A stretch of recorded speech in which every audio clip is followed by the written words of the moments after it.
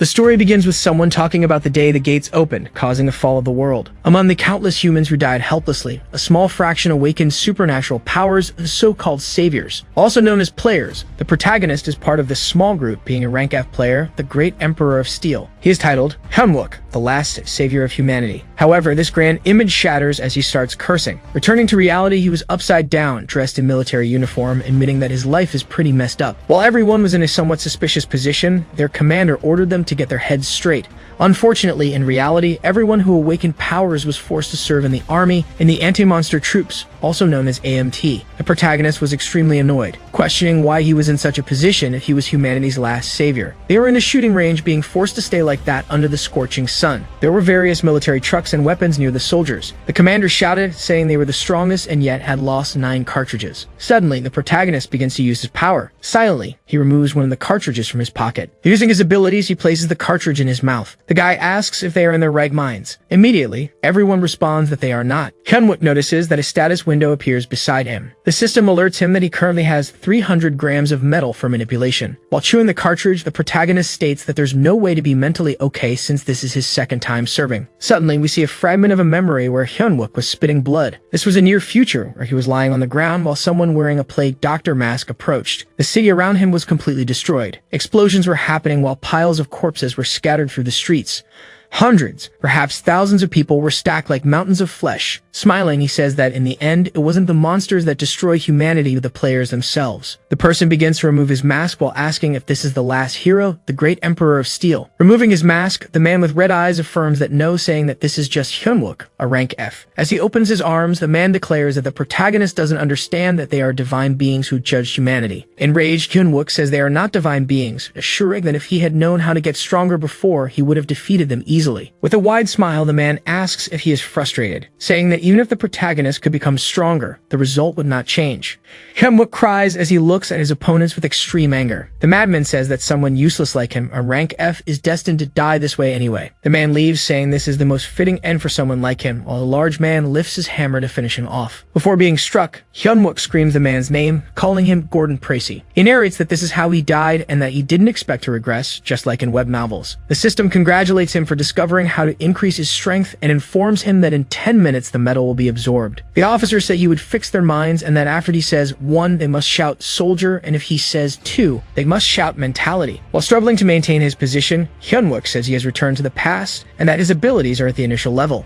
The officer starts shouting the number 1 followed by 2, and so repeatedly, several times. After that, they were in another location while performing a count. The officer was coordinating the troops, ordering the 2nd squad of the 3rd platoon to move in. Extremely bored, the protagonist assumes he never imagined he would return there. Even a cat got food before they did. The sergeant calls for the support squad. Hyeonuk introduces himself as a corporal, but the man says that before anything else they need to do something. Tired, the protagonist says they just finished training. With a smile, the man asks if someone mentioned training. He calls Hyeonuk a loser, while the boy says he forgot about him, a scum of the army Sanguk. The man approaches the protagonist, asking if his squad should handle the work. He claims that rank up players can't even level up, so they should take on more tasks for that reason. Sanguk asks if they would take responsibility if something urgent happened while his squad was working. Some people find it amusing that the man is humiliating the protagonist, saying he won't have it easy just because he's a corporal. Looking at the officer, extremely irritated, Hyeonuk questions how much of a failure he was in the past. Furious, the man asks what kind of look that is and if the protagonist wants to die. He extends his arm as magical circles form around him.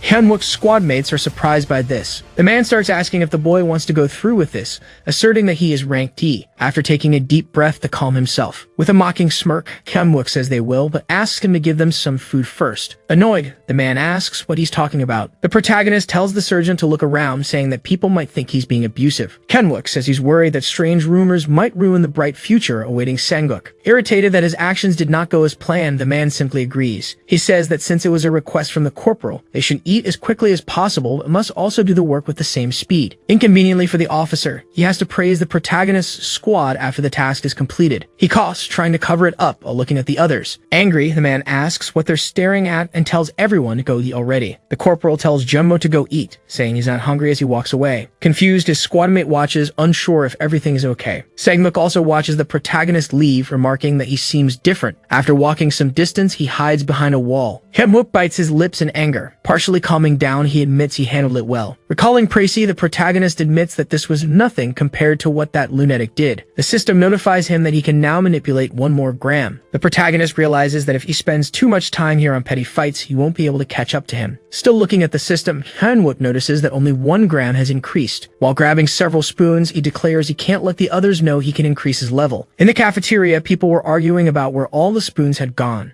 Someone calls out to Jummo, saying they have a problem since all the spoons are missing. Outside, the protagonist, acting crazy, was eating them. He was shrinking them one by one. Hyeonuk admits they taste purely of steel. The system informs him that 13 minutes remain until the metals are absorbed, and that there has been an unexpected increase after absorbing 1.25 grams. He picks up his bayonet and notices it weighs 140 grams. If he wants to increase his weight for more impact, he will only be able to control 1. Disheartened, he notes that the cartridges weigh only 1 gram and the spoons 1.25 grams. At this rate, it will take a long time to reach his former level. He wonders if this is the only option he has, realizing he still has 3 days to prepare. Casting a sharp look, he presumes he will have to defeat a level 1 boss. His backpack begins to levitate. So do the sheath of his knife and all his clothes. Hyeonuk starts to control the bayonet with his mind as an aura glows around him. Stretching out his hand, the protagonist smiles, saying he will show everyone what it means to be a specialist. After 3 days, Hyeonuk was at the 3rd Brigade of the 1st Battalion at the Namsan Station in the 5th Post. He was in the guardhouse, accompanied by another person. It was Jummo, who watched his corporal with confusion. Indifferently, the protagonist remained as though distant. Hyeonuk looks at his watch, leaving his subordinate even more curious. The young man tells the protagonist that he seems to have changed lately. Noticing it's already 4 or 5 in the morning, the corporal asks if this bothers him. Quickly, the subordinate says it doesn't, while the protagonist checks his system. It notifies him again, and showing that the protagonist can now manipulate 6 grams more, totaling 1.359 grams. The young man keeps trying to justify himself, saying the corporal has changed for the better. Suddenly, the corporal starts walking toward him, making him extremely nervous. Abruptly, the protagonist asks if the young man trusts him. Frightened, Jummo says yes. With a cold gaze, Hyeonuk questions if that's true, calling the boy by his name. His subordinate affirms it again, surprised to see the protagonist cock his weapon. All of a sudden, a portal opens near them, unleashing several monsters. The creatures rise, preparing to explore their surroundings. The monsters observe the army camp just below. Inside the barracks, the soldiers sleep peacefully. One of the creatures opens its mouth to roar, but a bayonet flies toward it. It strikes the monster, throwing it backward. The monster falls to the ground, already emitting a foul stench. In front of the gate stands the protagonist with his dagger. His energy forms a sort of thread, allowing him to control the knife remotely. Dozens of monsters are staring him down. With a smile, Hyeonuk says he never thought he'd be happy to see them. He's been waiting for them for 3 days. However, surprisingly, something catches his attention. The monster that was attacked leans on its sword, standing back up. As he manipulates his dagger, he remarks that he has never failed a surprise attack, and this proves he's still at level 1. He begins to spin the bayonet. The protagonist says this is his second life, but he truly hates doing the same thing twice. The monster charges at him again, and Hyeonuk says that if it drops something bad, the goblin will truly be dead. The creature leaps with its mouth open, but the protagonist easily decapitates it with the spinning blade. The monster falls without a single chance to defend itself. The bayonet gets stuck in a tree trunk. The remaining monsters grow furious at their comrade's death. The creature drops a red crystal. Using his ability to levitate his prize, he remarks that he knows the future. The man places the object in his mouth. Even the monsters are confused by what he just did. Chewing, Hyeonuk says he recognizes this stench.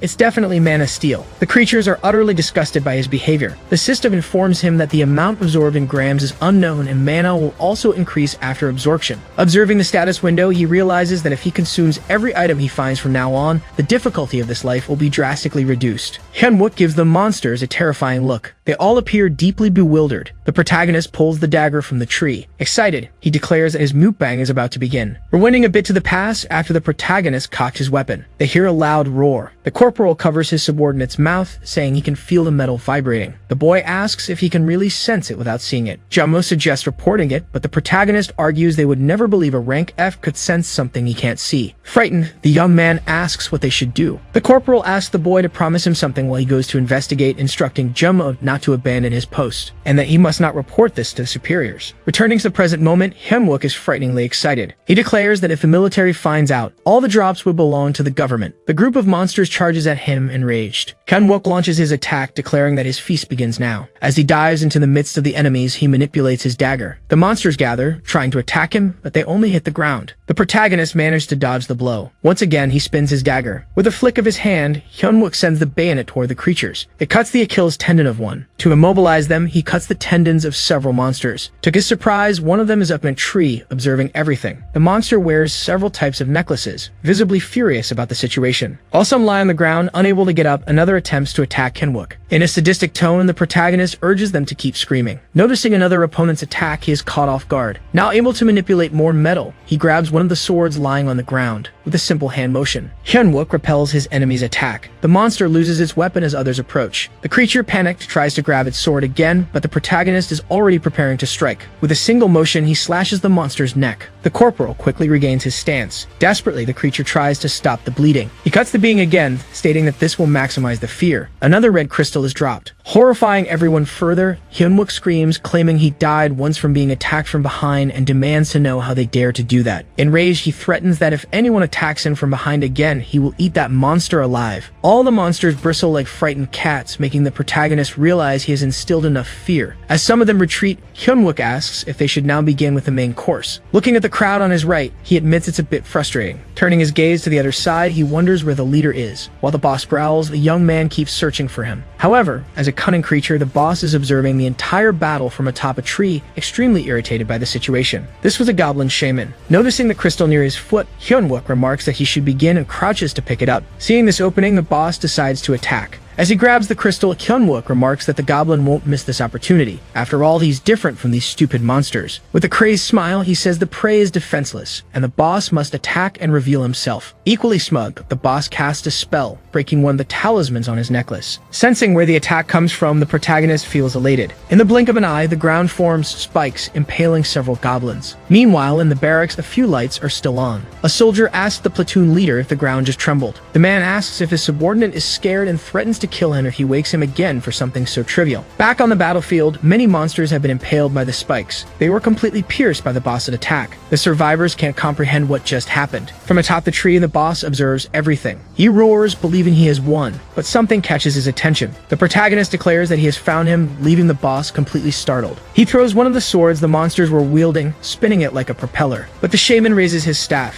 Striking the blade, he manages to deflect it. Sitting on one of the impaled monster's bodies, Hyunwook laments as that was his perfect throw. Crazily, the monster starts laughing maniacally. To the boss's surprise, the protagonist claims it was a lie while manipulating his bayonet. The shaman realizes too late about the blade. A metallic sound echoes through the forest. The corporal is left in disbelief at what he's seeing. The boss had stopped the blade with his bare hand. With some difficulty, he was gripping the protagonist's dagger with his bare hands. Furious, he glares at Hyunwook, his hand bleeding. Smiling, the protagonist admits he's surprised, acknowledging that the boss managed to stop his attack with one hand and calling him trash in the same breath. Unamused, the boss stares at the boy while still holding his blade. Preparing his rifle, Hyunwook commands him to come down, saying he will cut them all at once. Looking around, the young man realizes he bluffed. He notices the crowd of monsters surrounding him and wonders what to do now that the boss is fighting directly. To make matters worse, this encouraged the other monsters, who had lost their fear, to rally once again. To his surprise, the system notifies him of a lack of mana, stating he has used too much and only 40% remains. Hyunwook complains that his mana is the biggest issue and that now, having reached this point, he has no choice, unlocking his weapon. The boss raises his staff, preparing to attack. Frustrated, the protagonist yells that if he can't eat the boss, they will both die together, and even if it takes time, he will eat him and return to the post. The monster casts a terrifying look and smile. Suddenly, Jummo calls for the corporal. Startled, the protagonist turns around, trying to find him. The boy keeps shouting, asking where Hyunwook is. Seeing this opening, the shaman orders the others to attack. The monsters charge forward. Irritated, Hyunwook points his weapon at them. Frightened, Jummo screams as he sees the group charging toward him. One of the goblins attempts an attack, but the protagonist tells the boy to duck. Following the instruction, the boy ducks as the corporal shoots at the monster. Again, the creature prepares to dodge, but the protagonist throws one of the swords at it. The monster manages to block the attack. Even so, Hyunwook leaps at it, placing his weapon in the creature's mouth. He shoots, mercilessly killing the monster. The corporal lands just behind, trying to regain his footing. Quickly, he aims at the remaining enemies. Surprisingly, there's no one left but him and his subordinate. The portal is still open, yet not a single monster is in sight. His bayonet remains stuck in the ground. Mentally, the protagonist admits his defeat. Furious, he realizes everything is more cautious than he had anticipated. Suddenly, loud voices come through his radio communicator, reporting gunfire and identifying the area as the 5th post. Seeing no other option, the corporal begins to report that portal was opened. Informing that the monsters are goblins and have retreated from the initial area, he looks at his subordinate. Still slightly annoyed, the protagonist picks up his radio again. He announces there are no casualties. The barracks respond that they've received his report and that he must defend the post. The voice repeats once more, emphasizing that the 5th post must hold its position. Hyeonuk notices reinforcements will arrive soon. Meanwhile, a badass woman walks through a corridor as others report they'll be ready in 5 minutes for the emergency. This was the AMT Paladin, Lieutenant Seo Yuna. The protagonist reflects that if she arrives just as in his past life,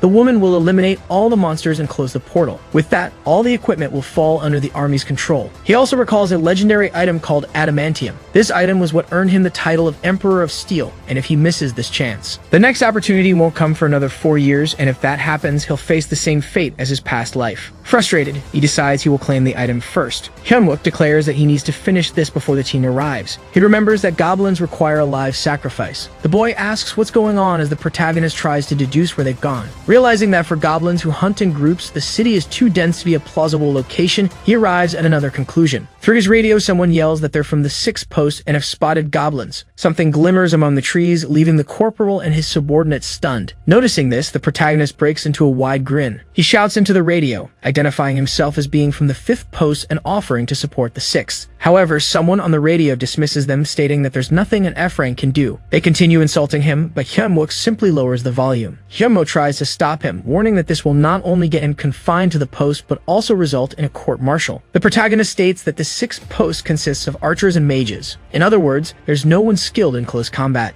But the boy asks what difference it will make if Hyeonuk goes alone. Pointing at the boy, the protagonist replies that he's not alone, after all, he has him. Jummo, confused, questions whether the corporal heard him correctly. Some soldiers at the 6th post were crying for help, saying that Corporal Jungnak had been taken down. Around the post, dozens of goblins were trying to breach the area. A soldier tried to shield himself while asking if his corporal was okay. On the ground, the man stated he wouldn't be able to maintain the barrier much longer, prompting his comrade to plead for help over the radio. Confused, they wondered why everything suddenly became so quiet. Outside, some rocks were floating. The shaman was using magic. He hurled several fragments of stone. Trying to protect themselves, they asked what was coming this time. Both understood it was a monster, and that after destroying the post, it would capture them and take them to the altar to be sacrificed, ripping their hearts out while they were still alive. The corporal pointed his rifle at his own face while his comrade tried to stop him, but he insisted that ending it now would be less painful. The boy cried as he watched the scene. Once again, numerous stones hovered above the post. The boss prepared another attack. Someone spoke over the radio, offering help and instructing him to load his arrow with fire and aim for the light. He repeated the command, urging the boy to load his arrow with fire and aim for the light. While following the instruction, the boy stated that they'd need an entire unit of archers like him to fight effectively. The soldier, still desperate, asked what to do as he watched the wave of stones coming his way. The boy declared he couldn't see what he was aiming at, questioning who or what he should shoot at. However, he finally sees a light amidst the stones. The protagonist was on top of one of the goblins with his flashlight on, asking the archer to simply aim his weapon at the light. Hyeonuk says he will be the one to control the trigger. With that, he makes a gesture with his finger, as if pulling a trigger. The boy's crossbow activates on its own. Shocked, he says that his trigger moved by itself. The flaming arrow flies through the stones, hitting the monster that the protagonist was holding perfectly. The creature tries to pull the arrow out. However, an explosion occurs, killing the goblin. A system notifies him that he used 1% more of his mana. Happy, Hyeonuk claims that this way he can conserve his mana. To everyone's surprise, they hear something terrifying. The shaman was watching them from above. He starts manipulating the stones again, hurling them toward the posts. The protagonist leaps, dodging the attack. A large trail of destruction is left by the boss's strike. The archer, still frightened, is instructed by Hyeonuk to reload. He also orders the boy to aim at the light again. The boss stood on a cliff overlooking the entire situation. One by one, the goblins were dying due to the coordinated attack of the protagonist and the archer. Seeing the situation, the shaman becomes increasingly enraged. In the dark forest, Jummo wonders how a soldier like him would face the boss, questioning if he wouldn't die the moment he sent the signal. However, in front of him was a battlefield covered in goblins, set ablaze thanks to his corporal's incredible strategy. The boy realizes that Hyeonuk had told him him he would distract the monsters, but at this rate, he would destroy the portal on his own. Suddenly, a monster notices his presence. It tries to attack the soldier. Jumbo freezes, unsure of what to do. Fortunately, the protagonist deflects the monster's attack with his dagger, aiming his flashlight. He moves toward the creature. Once again, Hyeonuk activates the trigger. Another arrow hits a goblin. It burns as the protagonist rushes past the soldier. Silently, he points in a direction. The boy follows his orders, saying that the rifle will cover his position. Jumno once again questions if this is really his corporal. The boss watched the destruction of all his subordinates.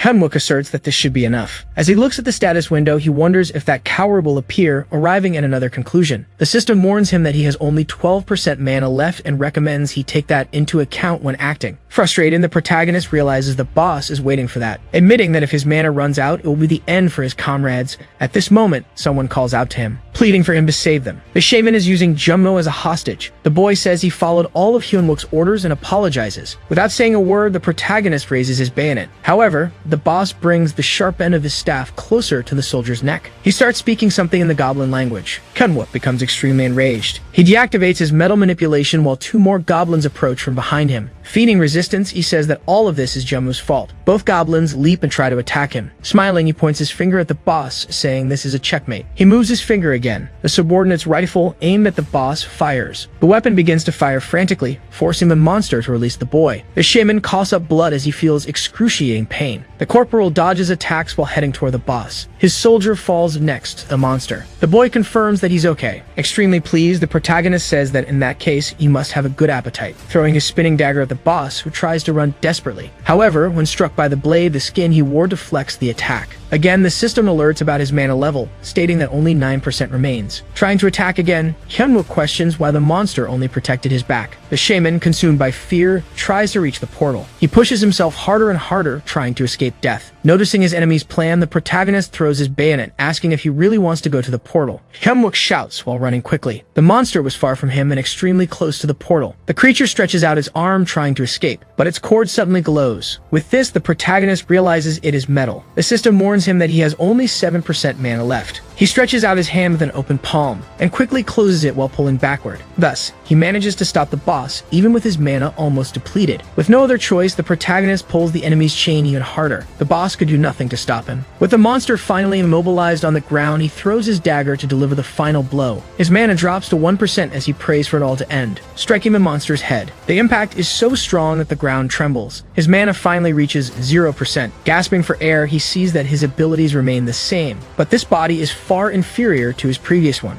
Suddenly, a bright light illuminates the area and he realizes it is the sacred light. Noticing that the emergency team had arrived, and that woman was there. Desperately, he tries to find the item on the monster's body. Finally, he locates the gem and removes it with some disgust. Someone shouts that they found the portal. The soldiers demand he raise his hands or they will shoot. With no choice, the man puts the entire crystal in his mouth. They ask the protagonist to identify himself with his name and rank. With his mouth smeared in goblin blood, he turns and declares himself to be Hyunwook, a corporal. They inform him they found an injured person and call for a stretcher to carry the protagonist. The soldiers note that since the portal is still open, there must be some enemies left alive. Yuna questions whether 4 ordinary soldiers could really defeat a boss. As she examines the bodies, she concludes that this isn't exactly the case. All of them bear similar wounds. Realizing that this was indeed the work of a single person, the system congratulates him but also issues a warning, stating that the metal being absorbed will now experience a delay of 9 hours. While being carried, he smiles, realizing it was worth it. The system informs him that the metal is enchanted, and that he will gain abilities accordingly, along with an unknown amount of grams. Observing the protagonist, the lieutenant wonders how someone like him could be smiling at a time like this. The system congratulates him again, informing him that after consuming the legendary item, he will be able to detect all metals within his range. Surprised, he declares that he's finally back. A soldier announces that 2 goblins are running toward the 6th post, and Yuna quickly draws her sword. He notices that he can indeed sense the resonances of the metals around him. Raising his fist, Hyunwook proclaims that today is the day the great Emperor of Steel has finally returned. A few days after the incident, in the 3rd Brigade of the 1st Battalion, some female soldiers were discussing the rumors about rank F. They say that according to the rumors, some soldiers were awaiting death, but a rank F corporal appeared and massacred the goblins. One of them says it's just a fantasy, as that would be impossible. Meanwhile, someone else is vomiting.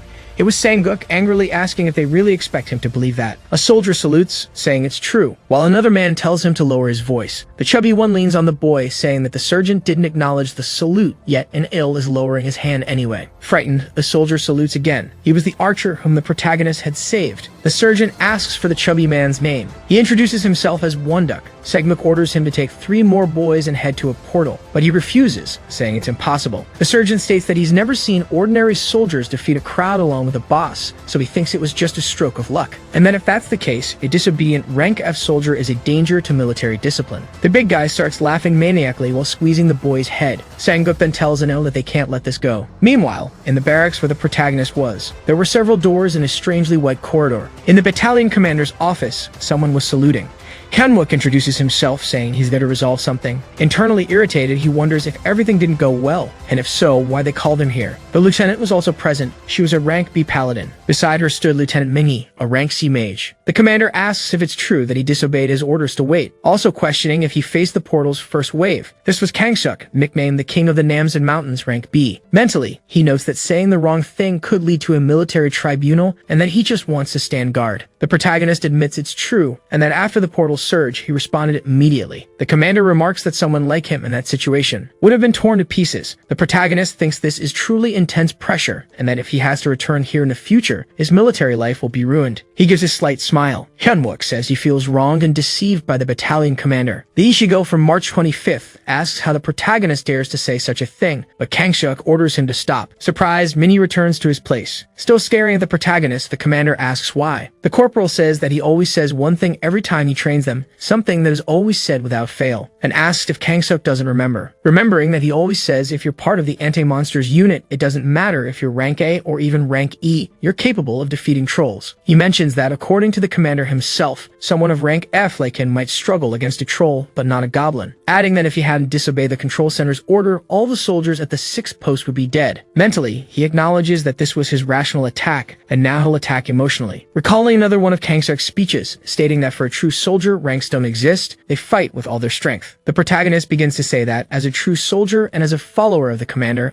a person he greatly respects. He says he applied the tactics he acquired from difficult training, and that he only endured military life as a rank F, thanks to the admiration he has for the commander. Seeing him belittle his efforts feels as though his military life means nothing. Back when Kang-suk was appointed 2nd lieutenant, the portals were opening, and he was almost killed in a fight with orcs. Yet without a moment's hesitation, he returned to the army, and became one of the first members of the anti-monsters troop. In other words, he is a true warrior. The protagonist states that he told him he admired him, and that he risked his life for his comrades. There would be no reason to send him to the tribunal. The commander grabs him by the arms, asking if this is truly his belief, calling him a soldier. With some fear, the protagonist says his name is Hyeonuk. Suddenly, the wild-eyed man asks him to become his sub-officer. Abruptly, the system congratulates him, saying the absorption is complete and that he has acquired the ability of physical transformation. Both the protagonist and the commander stare at each other in silence. Both lieutenants feel a mix of embarrassment and surprise. The commander had tears in his eyes as he nodded. On the other hand, Hyeonuk was cold sweating, a mixture of fear and astonishment. He kept staring at Kang-suk, unsure how to react, questioning whether he had heard him correctly. Later, Hyeonuk was in the training room of the 3rd Brigade of the 1st Battalion. He was calmly training there, placing the weights in their proper spots. While catching his breath, he assumes he's doomed for trying to avoid both the guard post and the military tribunal. The chubby man, along with the sergeant, were watching the protagonist. Sang-guk, planning something, gives an order to the guy. Hyeonuk recalls Lieutenant Minhee telling the commander that a rank F has never become a sub-officer. The protagonist thanks the lieutenant for buying him some time. After all, it's better to live like a rat than attract attention now. Wonsuk approaches, asking if the corporal is done using the bench, but he replies that he isn't yet. However, he notices something upon observing more closely. Seeing the strange smile plastered across the chubby man's face, Hyeonuk asks what he's plotting now. Wonsuk says that seeing the most famous person of the moment using only that weight would be an embarrassment to their unit. Several people present look on curiously at the situation. The protagonist notices a specific group of people laughing. He realizes it's the sergeant and suspects he's the one who orchestrated all of this, wanting to humiliate him while everyone mocks him. Hyeonuk remarks that if he avoids them now, they will bully him as they did in his past life. He admits he didn't want to draw too much attention, but since it's like this, he tells Wonsuk he was annoyed and that he showed up at the right time. Calling the chubby man out for a fight, both Sang-guk and Wonsuk are taken aback. With this, everyone begins saying that two soldiers are about to fight. They finally step into a fighting cage. Calmly, the protagonist puts on his gloves. Similarly, Won-suk does the same. The chubby man says it's time for him to learn a lesson. He charges straight at the protagonist, trying to land a punch with his left arm. In another place, someone asks how Choi Yeonjun went on vacation. A man admits he was excited to hear that he had the potential to become a sword saint. A soldier tries to calm the sub-officer, saying that while Manga is considered the current ace, there's another ace in the future. The man becomes curious about this. He says that for the first lieutenant to come there and leave empty-handed is a bit disappointing and asks him to accompany him while he's there. Back at the fight, the protagonist was dodging one of the attacks. He firmly plants his foot on the ground, lowering himself and evading yet another strike.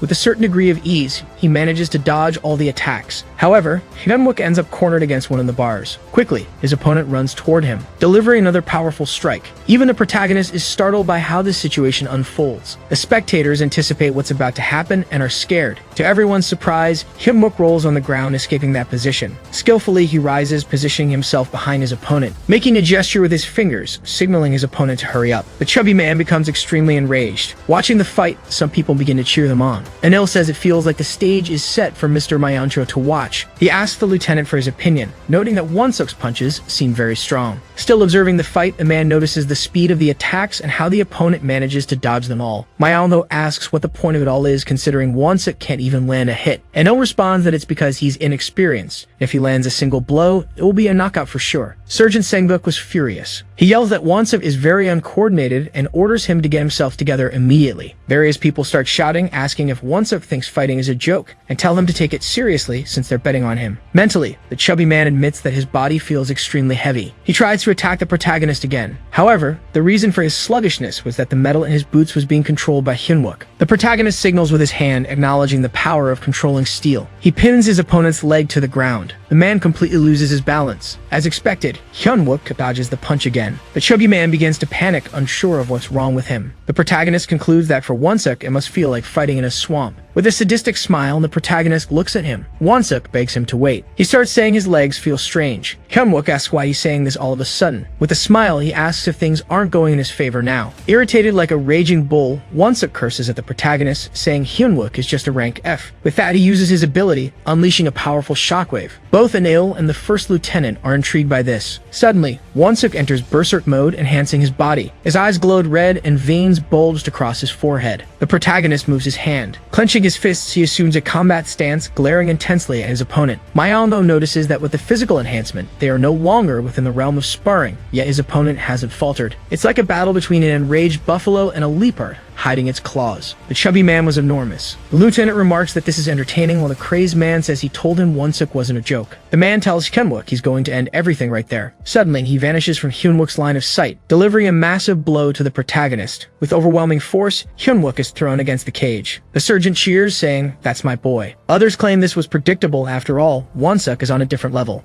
They remark that he's not called the ace of the future for no reason. Won-suk feels a pain in his wrist, saying it's like punching steel with bare hands. To everyone's surprise, the protagonist was standing unharmed. He had activated his steel body ability. Smiling, Hyunwook explains that he turned part of his body into metal. He declares that this time he'll take revenge, inviting the pig to come at him. The Trembolona insults the protagonist, calling him a useless rank F. Once again, he attempts to punch him, but the corporal easily dodges. Hyunwook remarks that using such an ability against someone like him is a waste, but even so, he activates his ability to land a kick on his enemy, striking him hard on the leg. As he throws a punch, Hyunwook says that guys like Won-suk, who think they're strong, a good beating is always the cure, leaving everyone speechless. The protagonist starts beating the big guy to the ground. Even the sergeant is shocked by what's happening. The lieutenant notes that Hyunwook has finally revealed his claws. In a deeply humiliating way, Hyunwook continues to pound Won-suk. Myancho comments that the leopard has finally bitten the buffalo's neck, and if he is truly a wild beast, there's no reason to let go of his prey's neck. He should cut off its air. However, Won-suk lifts him with one arm and prepares to land a massive punch. With his face completely beaten, Won-suk says he doesn't know what the protagonist is using to cheat, but regardless, Hyunwook looks slightly scared, staring at his opponent. The big man shouts that Hyunwook should just die as he slams him toward the ground. The corporal is genuinely scared and terrified, but Hyunwook twists his body along with his enemy's arm. Inevitably, Won-suk feels tremendous pain. His arm stops extremely close to the ground. The protagonists have performed an armbar, completely immobilizing his opponent. The big man recognizes the move as a flying armbar. Myung-ho notes that if Won-suk had struck the ground with that punch, he would have broken his own arm, acknowledging that Hyun-wook has good reflexes. Hyun-wook was struggling to maintain the hold. The lieutenant observes that a normal person wouldn't be able to fight against a barbarian with physical enhancement and wonders if it's the result of overstimulation. Won-suk says it seems like the protagonist is really fighting for his life. While trying to throw a punch, Trembolona asks if Hyun-wook thinks he can crush his arm like this. The boy keeps yelling while tightening his grip even more on Won-suk's hand. The big man curses at him, genuinely in pain. He opens his hand to throw the protagonist off balance. However, when he attempts to punch, Hyun-wook somehow manages to evade. Quickly, Hyun-wook twists backward, supporting himself on the enemy's head. In an instant, he was already applying a rear naked choke to Won-suk, rapidly positioning himself to finish off his opponent. The lieutenant celebrates, realizing his expectations were correct. After all, physical enhancement only strengthens muscles, and compressing an artery is still possible. Won-suk claims he just needs to use his strength. Suddenly, the protagonist starts smiling. Once again, he activates his body transformation ability. While being strangled by Hyun-wook, the big man questions how even his strength cannot get him out of this situation. The system warns that he is using body transformation in an area larger than his current limit. As a result, the protagonist begins to feel intense shocks throughout his body. Once again, the status window indicates that excessive use of the ability could crush the user's body. One of the spectators asks the surgeon if they shouldn't stop this, pointing out that the big man will never give up. The protagonist was suffering greatly from the punishment of the ability. As he looks at Sang-guk, he realizes that this should be enough to serve as a warning. The surgeon watches the scene, extremely nervous. Struggling to free himself, Won-suk is incredulous that he might lose to someone like the protagonist. His vision begins to darken as he wonders if he will be humiliated in front of all these people. But he declares mentally that he is the future ace, growing even larger and angrier. Suffering intensely from the punishment, Hyun-wook becomes even more frightened by his opponent's immense strength. The man grows so much that he begins to tear his own clothes. After an intense application of power, the madman becomes extremely massive, causing everything around him to crack. Both he and the protagonist were at their limits. Myung-ho, with a strange expression, wonders who the winner will be. After all, it's no use getting bigger if he can't escape the chokehold. And who among them is the true predator? Both of them roared, drawing strength from every possible source. However, Won-suk's face starts turning extremely red as he clearly loses consciousness. He collapses, causing a massive impact that forces everyone to shield their faces. Without exception, everyone present stares in shock at the outcome of this situation. With the result clear, the lieutenant remarks that this is the true predator. Seeing Hyun-wook atop his opponent's body, Myung-ho notes that he is a genuine wild beast. Someone approaches, asking if Won-suk is okay. A few people attempt to check if the big man is still alive, but given his size, they have no idea how they'll carry him. Junmo runs toward the protagonist, saying he knew he would win. Even as Hyun-wook tries to stop him, the boy keeps asking if the corporal is hurt. The corporal looks at Sang-guk, who immediately averts his gaze. He was clearly uncomfortable and worried about everything that had happened. The lieutenant approaches, asking for the protagonist's name. Hyun-wook immediately introduces himself as Corporal Hyun-wook of the First Company. The lieutenant also introduces himself, saying that the fight he just witnessed was very impressive. He hands Hyun-wook a contact card, asking if he might be interested in the Special Guerrilla Attack Unit. Some soldiers are surprised to learn that the lieutenant is from the Black Tiger Unit. They discuss the fact that the scout had just offered Hyun-wook a position in the best AMT unit. The protagonist apologizes and says that he is just a rank F player. But Myung-ho explains that ranks are merely standards set for ordinary people, and that they need warriors like him. Internally, Hyun-wook was extremely irritated that everyone wanted to recruit him. The lieutenant asks how long Hyun-wook will make him hold the card. Seeing this, Hyun-wook concludes that he will certainly face enemy groups later. Admitting he wants to keep his distance, the protagonist takes the card, thanking the lieutenant for his kindness. He says he'll think about it while saluting. The sergeant watches the whole scene, clearly furious. He continues glaring at the two, extremely irritated by what he is witnessing. Later, in the barracks, in the battalion commander's office, Kang-seok asks Myung-ho how the Black Tigers are doing these days. The first lieutenant states that they are always understaffed. The commander comments that guilds always take the best talents, whether they are of the highest ranks or even the lower levels. Suddenly, they lock eyes. Smiling, Kang-seok asks if Myung-ho is there because of Sergeant Yeon-jun. Recalling the remarkable talent of the young man, Myung-ho admits the commander is correct, but mentions he heard a rumor. Once again locking eyes in a tense manner, Myung-ho asks if Yeon-jun is on leave. The lieutenant says that thanks to this, he found a very interesting soldier. Remembering the protagonist, this piques the commander's interest. The Black Tiger member continues looking at Kang-seok, waiting for his reaction. Crossing his arms, the second lieutenant wonders who this interesting soldier might be. The first lieutenant states that it is Corporal Hyun-wook. The commander observes the protagonist running around the field while Junmo tries to hug him. Kang-seok on the phone asks someone to investigate the protagonist and his past. His subordinate finally catches up, hugging him and asking to be taught how to become stronger. Hyun-wook curses the boy, trying to push him away. The boy keeps following him, saying he wants to be just like him. The protagonist asks why he wants this. Whoever was on the other end of the call agrees to the commander's request, warning that the lieutenant should be careful. The protagonist, far from heroic, was running in an extremely clumsy manner. Still observing, Kang-seok apologizes to the corporal,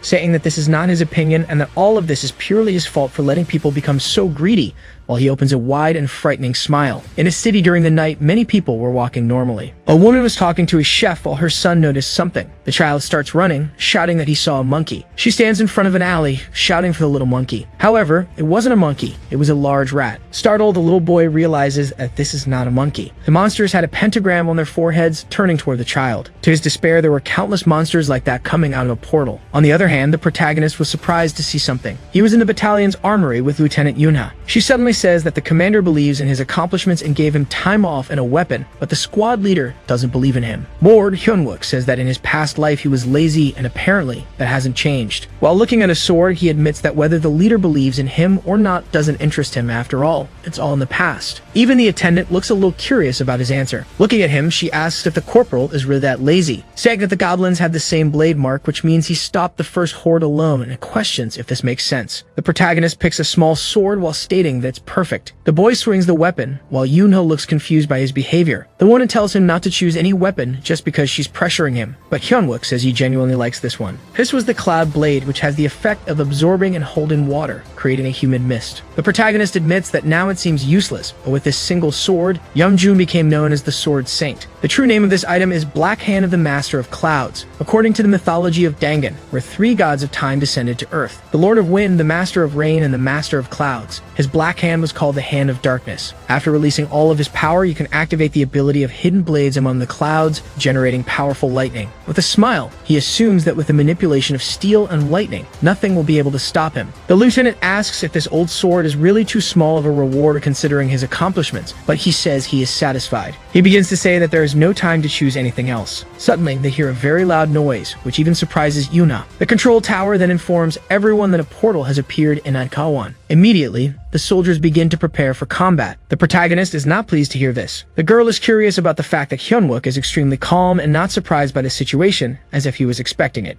At the city entrance, some knights block the entry of people. Someone in an extremely glamorous armor walks through the streets while other soldiers accompany him. Some army soldiers are impressed by the presence of the Blue Flower Guild, saying they were sent as reinforcements for this portal. They start talking about how all the armor and weapons are stylish products and nothing more. One of them says that if they sold all the equipment they saw, they could buy a whole building in Gangnam. Suddenly, another army squad appears marching and preparing for battle. Hyun-wook says that as they already know, this is a portal for kobolds, and even though they are small, they are very dangerous with their weapons. One of the soldiers starts rolling up his sleeve, but the protagonist shouts at him, telling him not to do that while on duty. Jamo asks why the monsters haven't arrived there yet and questions if they really need to be so serious. But the corporal asks if he would like to have his eyes ripped out while still alive.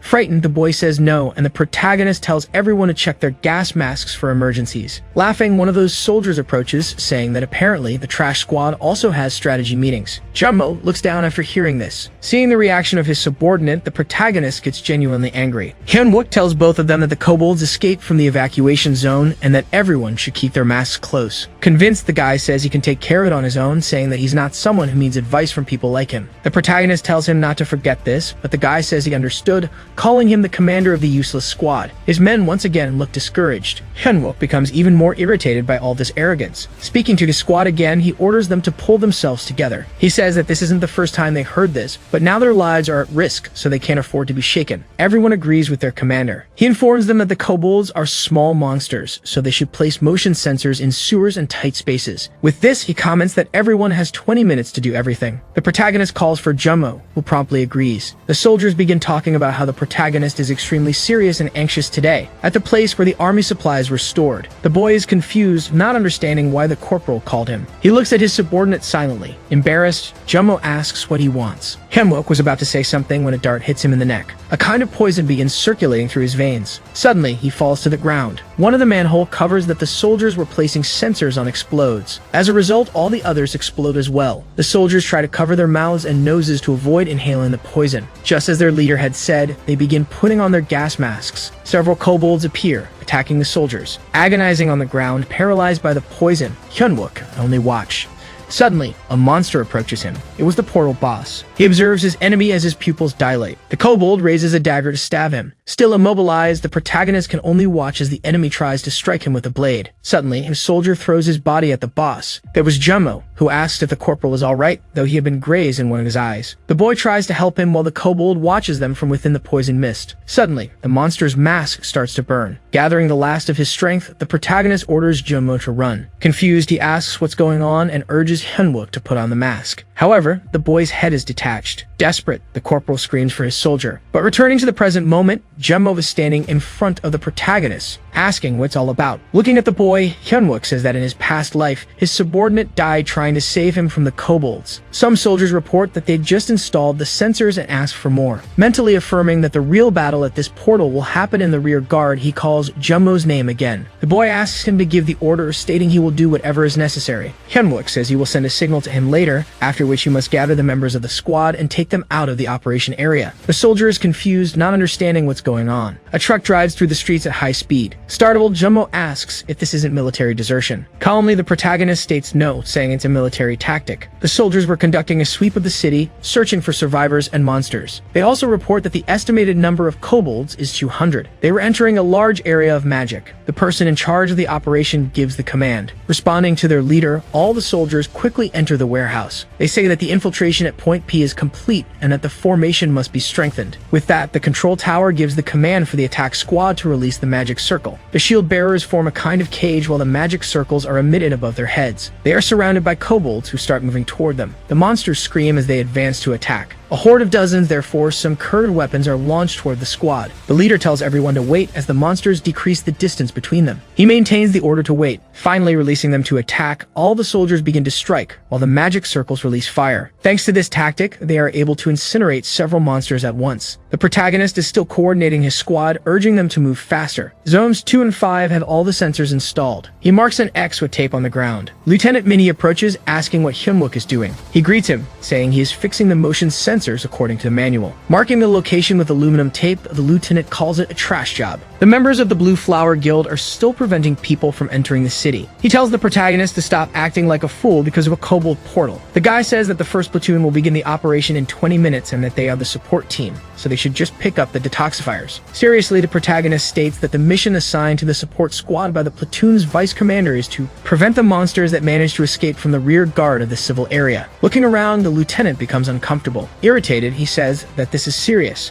He asked if Hyeonuk has forgotten his place after the battalion commander showed some gratitude toward him. While pushing the protagonist's helmet, he says that this is the guy in the barracks right now, but the protagonist says his name. Touching his helmet again, the lieutenant says he only has one portal with real experience. Irritated, Hyeonuk repeats his name again. Minnie asks if Hyeonuk dares to teach him, telling him to take that look off his face. A subordinate runs over to them, asking them to stop. The girl tells the second platoon leader that there is something urgent. He realizes it's the vice leader of the platoon and asks her what's wrong. Mentally, the protagonist assumes this is why he provoked him to come here. She is the lieutenant's weak point. The guy starts saying he was there helping the support squad. The scoundrel asks what she's doing there. Seonha informs him that the battalion commander is calling for soldier Hyeonuk. Even the protagonist is surprised by this. After some time, a woman with red hair is on top of a building while observing the city. With her is a sniper. They are watching two people. It is Seonha with Hyeonuk. She asks him not to let the leader of the second platoon affect him, but he says that he still has work to do. The girl says she will finish setting up the sensors and asks him to go to the commander. The protagonist just nods. Observing the situation, he realizes that he doesn't have much time left, and he wonders what the battalion commander is planning. A soldier asks Yoonha if it's alright for her squad to stay there. The woman confirms that it's a direct order from the commander. She also says that being a soldier means following the orders they receive. In the temporary command post, the commander greets Hyeonuk. Both he and Myongo are staring at the protagonist. next. Confused, Hyunwook wonders what the first lieutenant is doing there,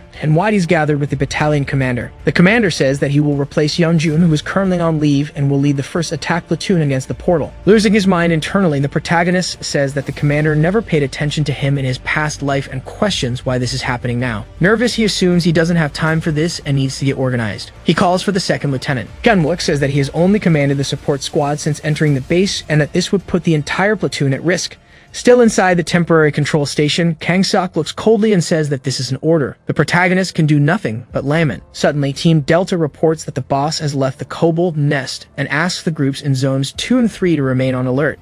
Apprehensive, Hyunwook realizes that his squad will be attacked soon, and if he doesn't act quickly, the entire rear guard will be wiped out. Grinding his teeth, he decides that he needs to leave as quickly as possible, at any cost. Suddenly, he tells the commander that he has something to say. Staring at him, Kang-seok tells him to go ahead. The protagonist remains silent for a moment. Yoonha is still observing the protagonist's squad. She notices him running through the alleys. The girl is confused by this behavior. He desperately runs as fast as he can. The protagonist shouts for the support squad, telling them to put on their gas masks. At this moment, a loud noise is heard. The sensors begin to beep uncontrollably. Everyone present is extremely frightened. The poison, just like in his past, starts leaking through the sewers. Hyunwook gets caught in the explosions. Seeing everything covered by the poisonous mist, he begins to rage. Covering his mouth and nose, the protagonist admits that it happened faster than he remembered. Going back a bit in the past during his conversation with the battalion commander. After the commander asked him to finish saying what he wanted, Hyunwook says that he heard rumors that on Kang-seok's first mission, he lost his entire platoon. The first lieutenant is shocked to hear this. The protagonist says that's why he doesn't believe Kang-seok is ordering him to lead an attack platoon, being the corporal of the useless group. With that, he asks if the commander considers him and the other regular soldiers disposable. Kang-seok denies it, saying it's a misunderstanding and that his personal attack squad will follow him. But the protagonist interrupts, saying that if it's to follow an order from him, he would give his own life. Twisting inside, Hyunwook feels frustrated that he can't tell him that he knows about the future. The protagonist continues, saying that if he commands any platoon other than his own, there is a very high chance of casualties, saying that he is grateful for the expectations the commander has for him. But if this costs the lives of his comrades, he will disobey. Kang-seok remains silent with a dark expression. The first lieutenant tells him that disobedience during wartime is a military crime. Inside, Hyunwook screams that he knows, but if he doesn't act now, the entire rear guard will be dead. After a pause of a few seconds, the commander says it's fine and that he should continue with the original support mission. Even the protagonist is surprised by such a reaction, but he says he has a condition. Kang-seok says that as a true soldier, he will have to face the consequences of disobeying a direct order. Returning to the present moment, the area is completely covered in poison. Hyunwook tries to find his squad. He quickly puts on his mask. While securing it on his face, he continues cursing, irritated by his delay. Using his inventory pouch, he grabs the Blade of Clouds. Pouring water from his canteen onto the sword, the system identifies that 25% of its capacity has been absorbed. The protagonist realizes that he can't see anything due to the gas and wonders if he arrived too late. Looking through the thick poisonous mist, mentally, he prays that Jumno managed to gather everyone and escape. However, someone was being attacked by one of the monsters. The man screamed as he was pierced by the kobold's pickaxe. He cries out asking for Jumbo's help. The boy sees the situation, surprised. He quickly positions his weapon to defend his comrade. While cursing the monster, the soldier fires, trying to push it away from the injured man. The monster, seeing that it was being attacked, stops striking the man. It leaps into the mist. The soldier places his hand on the wound, trying to stop the bleeding. Jumbo tells everyone to get behind the barricade and bring Minte with them. One of them says that they secured the safety of the injured soldier. He drags Minte while leaving a trail of blood on the ground. The platoon vice leader is in complete shock. The boy tells her to regain her composure. Seeing the woman's situation, he understands that it's normal since she's barely 20 years old. While trembling, Jumbo says that besides that, it's her first real mission after the approval. He assumes that he can do nothing for his comrades in such a war. The soldiers inform Jumbo that they are running out of ammo and they are down to their last magazine. Nervous, the boy begins to question what he should do and whether they have any chance of survival. At that moment, he wonders what the corporal would do in such a situation. One of the soldiers says that Minte needs medical help and asks the vice leader to go to them. Someone starts using their inventory backpack. The troops shout desperately, informing that they are out of ammo. Jumbo had grabbed a hammer in his hands. He shouts that now is the chance for the support team. The boy says that kobolds are attracted to shiny things, so he will draw their attention away. He orders all members of the platoon to leave with Shanha. The girl, confused, asks what he is planning. Raising his hammer, Jumbo says that this is his order as the vice leader of the squad,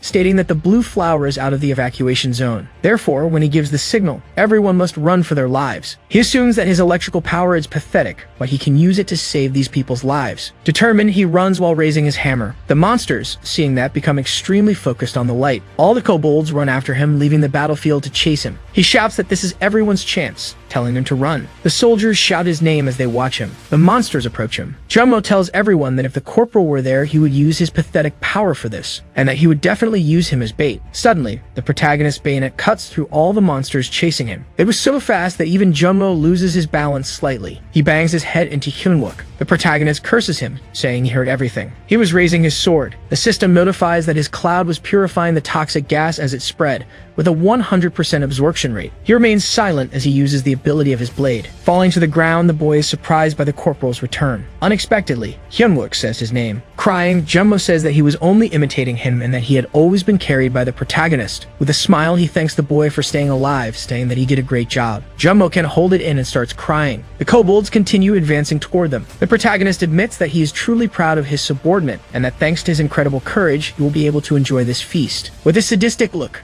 Hyeonuk shouts that since a beautiful meal has been prepared for him, he will devour everything eagerly. He begins to manipulate his bayonet while using the Cloud Blade's ability. The protagonist executes several cuts on the monsters' bodies. Without even moving, he kills all the kobolds approaching them. Essence crystals fall to the ground like an endless fountain. He remains silent again. The bipolar man starts laughing, saying that this is delicious. Jumbo asks if he's talking about the monsters. Afraid, the kobolds stop attacking. Looking at his subordinate, the protagonist realizes that he can't eat the crystals because of him. The monsters, with a certain level of fear, are just standing there watching Hyeonuk. Confused, the protagonist asks where their leader is. The pentagrams on the monsters' foreheads begin to glow. The protagonist's attention is drawn in one direction. Not unlike him, the kobolds also look in the same direction. Hyeonuk says that he can't believe it, while Jumbo doesn't understand what's happening. They hear an extremely loud scream. Leaving them confused, the monsters turn their backs and run in the direction of the screams. The protagonist also runs, shouting that the members of the squad are in danger. The commander's emergency squad remained on top of a building, noting that the situation was very complex because of the mist. The lieutenant orders the attack squad and the blue flower to destroy all the monsters that come out of the poison. One of the soldiers asks why these orders are being given and if she's going somewhere. Yuma notices that the corporal acted as if he knew this would happen, telling her comrade that she needs to confirm a few things. With that, she leaps into the poison zone. The platoon vice leader was begging for someone to save her. One of the soldiers was trying to keep Minte alive while shouting for Shionha to compose herself and help. Many members of the squad were injured. They realized that the barricade is being broken. Those who were still partially able to move tried to hold the barrier, noticing that the boss was trying to take it. The monster was using a spell to draw it towards him. His head was on fire as he tried to remove the protection from the soldiers. They realized that the kobold has breached the protective barrier. Still trying to hold the barricade, they realized the monsters are coming toward them. The creatures were coming quickly while raising their weapons. Unfortunately, they accept that this will now be the end for all of them. Suddenly, something catches the boss' attention. The protagonist runs while calling for the monster. He curses all of them, calling them filthy rats. While using his seal manipulation, Hyeonuk orders them not to touch that. The blade comes toward the boss's head. The monster cancels his magic while dodging the attack. However, to his surprise, the dagger makes a sharp curve. The boss begins to dodge while trying to escape. He realizes that with every moment, the blade gets closer. Leaping again, he manages to evade. With some difficulty, he regains his balance. The boss realizes that his vase was cracked. Irritated, he glares at the protagonist while the flames on his head disappear. The pentagrams on the other kobolds' foreheads begin to glow. They start to scatter. Hyeonuk is surprised by this. In an instant, all the monsters leap in different directions. They take distance from the protagonist. They begin to use a type of blowgun. Several darts fly toward him and Jumbo. Using his cloud blade, he parries all the attacks. To his surprise, they also attack from the other side, leaving the boy defenseless. Desperately, Hyeonuk orders his subordinate to duck. He does as ordered. The protagonist uses his metal control ability, deflecting all the darts. He uses the thorns against the kobolds themselves, but he loses control and his bayonet. It falls beside the boss. The kobold looks directly at the protagonist. Hyeonuk says that this is not the real boss. He is just the dark mage while shooting with his weapon and controlling his cloud blade. Noticing that the mage is literally controlling his own kind, or rather, it's useless to scare them.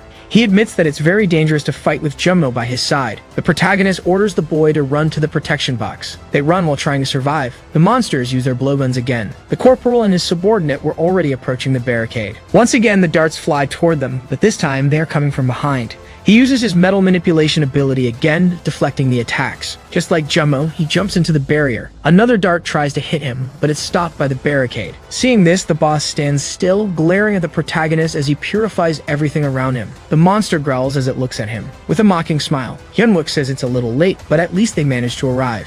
Turning his gaze back to the barrier, he sees the situation of his soldiers. Everyone is extremely happy to see their corporal. Jumbo says that Mintu lost consciousness. He asks what the boy is talking about since the person who can fix this was already there. However, Seoma was completely terrified, curled up and trembling in a corner. Angry, he asks what the girl is doing since one of the soldiers is dying. Realizing that Seonha is in a panic attack, he doesn't know what to do since she's the only healer they have. Realizing that at this rate they will be annihilated, he speaks to the vice leader, calling her Sergeant Seonha. For a moment, she snaps out of it. After she regains her senses, the girl looks confused at the corporal. In front of her, Hyunwook was clearly not happy. In a calm but stern manner, the protagonist asks if she wants everyone to die, telling Seonha to regain her composure. He asks Seonha if it isn't difficult to live a life full of regrets. A golden light shaped like chains begins to rise above the barricade. The girl was using her ability to heal one of her companions. The protagonist asks the vice leader of the platoon how the young man is doing. The woman replies that he has lost a lot of blood due to her delay. However, she assures him that she will not give up on him. Smiling, the corporal thanks her. Using steel manipulation, he says he will borrow the daggers of his comrades. Jumno asks if their leader really intends to do that. Irritated, Hyunwook responds that he will logically return them. Someone inside a luxury car says they understand, noticing that some very entertaining things are happening. A woman ends the call. On her shoulder was a large spider. She says that apparently she will have to make a visit to console herself. With that, the woman instructs the driver to head to Itaewon. Back at the location where Hyunwook and his team were, the corporal was walking through the poisonous smoke. He sees the X mark he had made earlier with the tape. As the monsters glare at him, the protagonist begins spinning the blades around him. The boss watches from behind cover. As pentagrams glow on the foreheads of the kobolds, the monsters charge at him. Hyunwook raises the cloud blade, still controlling the other daggers and looking downward. He notices that his prey has come alone to the perfect hunting ground, questioning whether he is losing his sanity. Using this place as a central mark, he had set up boxes and sensors in strategic locations. The corporal asserts that it will all end as soon as he gets his hands on the leader of the monsters, the one truly controlling everything behind the scenes. Thus, he uses his metal detection ability, scanning everything made of steel around him. Declaring that all metals he cannot recognize within the area must be their weapons, he begins locating them. Finally, he finds the boss. With that, the corporal launches the blades at him. Activating his metal control ability, a notification informs him that he can currently control 2 kilos and 959 grams. The kobold boss notices this and becomes alert. The knives cut through many of the monsters along the way. Some manage to dodge, while others don't even have time to react. One of the blades gets close to the boss. The creature immediately begins preparing a spell to stop it. A kind of dark energy attempts to envelop the blade. He actually manages to stop it using this power. The protagonist observes and finally locks onto the boss. Thus, he begins using his ability to try and strike him. The kobold realizes that he barely managed to stop one blade, but many others are already approaching. The monster lets out a scream as if summoning something. At this moment, Hyunwook is startled. The boss managed to stop all his attacks by summoning a slightly greater power. The kobold glares at the corporal with extreme rage. Unexpectedly, the protagonist extends his arm and clenches his fist. Cursing the monster, Hyunwook demands that it return his bayonets, trying to pull him back with his ability. However, the system warns him that his daggers are being affected by a weight beyond their capacity. Suddenly, the symbol above the monster's heads glows even brighter. They grab their blowguns and start firing at their adversary. The protagonist panics, realizing he is defenseless. The corporal quickly turns, trying to shield his face. His arms are completely struck by the majority of the darts. The kobolds watch as the man kneels on the ground. With that, his ability is deactivated and the blades begin to fall to the floor. Seeing this, the boss deactivates his power as well. Quickly, he points at Hyunwook, commanding his subordinates. All of them rush for their enemy with bloodlust. The corporal's arms were completely pierced. Gritting his teeth, he mutters that the boss almost made him think everything was over, just like in his past life. Rising to his feet, the protagonist shakes his arms, causing all the darts to fall out. He admits that if it weren't for his body transformation, this would have been his end, frightening the monster boss. The bayonets rise toward Hyunwook. All of them begin spinning like a propeller. In a threatening manner, he curses the kobolds. A horde of them was charging at him while his blades flew toward him. The boy swings his arms, commanding them all to die. With that, many of them are cut down by the bayonets. As they spun, they inflicted much more damage on their enemies. Alongside the Cloud Blade's ability, a massive cutting tornado was formed. The attack was so powerful that it cleared the entire area of the poisonous gas. The corporal remained standing there. Likewise, the boss was also paralyzed, but in his case it was due to fear and shock. Seeing this, the protagonist calls out to the kobold Dark Mage. Moving his hand, he declares that it is time to settle the score. The monster growls upon seeing that he is still alive. The kobold causes more poison to flow from the jar on his back. A massive poison explosion occurs, generating a large whirlwind. Even with the protagonist using his cloud blade, he could barely stay on his feet. The corporal says that fighting is useless, questioning whether the kobold knows how hard he worked to ensure only he remained. Hyunwook activates his metal detection ability. Thus, the corporal is able to ignore the poisonous cloud and sees see-through objects containing iron around him. He says that throwing the daggers at the monster again will only result in them being caught, deciding to attack cautiously. The corporal identifies the boss thanks to a piece of metal in his hand. However, he becomes confused as the kobold is no longer moving. When he opens his eyes, he sees a type of root heading toward him. The dark mage is stationary, needing to keep his hand in contact with the ground to use his magic. Because of this, he manages to grab one of the protagonist's legs, pulling him toward himself. The monster continues growling as he watches his defenseless enemy. He lifts Hyunwook, preparing to throw him, raising him above the poison level. Then the monster hurls him upward. Afterward, he is pulled down and released into the air. He crashes to the ground, causing a tremendous impact. For a moment, the area falls into absolute silence. The monster begins to undo his magic.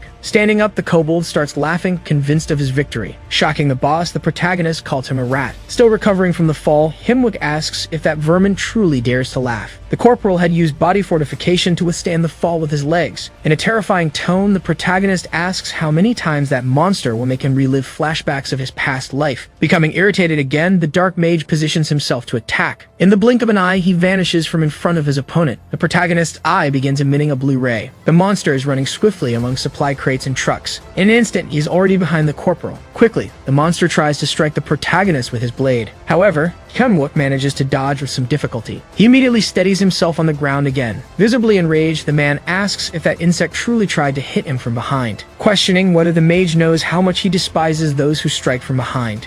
Furious, he attacks the monster with a cloud blade. The creature seems surprised by something. The protagonist uses body transformation in one of his legs, landing a powerful kick to the monster's face. He declares that the creature needs a beating. The monster is flung far away, bouncing across the ground from the impact, unable to stop. As he heads toward him, the protagonist says he has been eagerly waiting for vengeance ever since his return. The kobold looks at him, trying to get up, while the corporal says the creature should feel honored, as he will be the first to fall. Smiling, Hyunwook notes that with that broken mask, the kobold can no longer use his magic, saying it's time to settle a score. The boss screams in despair as the psychopath's bayonets fly toward him from behind. He is completely shredded by all of them, pierced as they spin. The leader's blade falls to the ground, signaling his defeat. The jar he carried, the source of the poison, falls and shatters into pieces. The protagonist mocks the monster, asking if he is a weakling and whether he is already dying. Suddenly, he grabs the monster by the mouth. Raising his blade, he questions whether the kobold knows how long he was crippled because of him. He declares that now he will die, pierced by the blades of his men, those the monster had killed in his past life. Recalling Jomo's final moments, he declares this as vengeance for his subordinate who tried to save his life. Finally, he plunges the blade into his enemy's chest. The boss tries to grab it, but an energy begins to emanate from the sword. It is notified that the cloud blade is absorbing the blood of an elite monster, filling with an unknown energy. The creature continues struggling to remove it while murmuring in pain. Using his metal control ability, Hyunwook tells him not to die yet, as there is still something he needs to do. The blade moves toward the monster's head, increasing his desperation. Assuring that this is vengeance for the scar left on his former face, he forces the dagger downward. It slowly pierces the monster's skull, slicing through the middle of his head. When the screams finally stop, the creature lies dead on the ground with a cloud blade embedded in his chest. It is stated that after absorbing the unknown energy, some latent powers of the sword will be unlocked.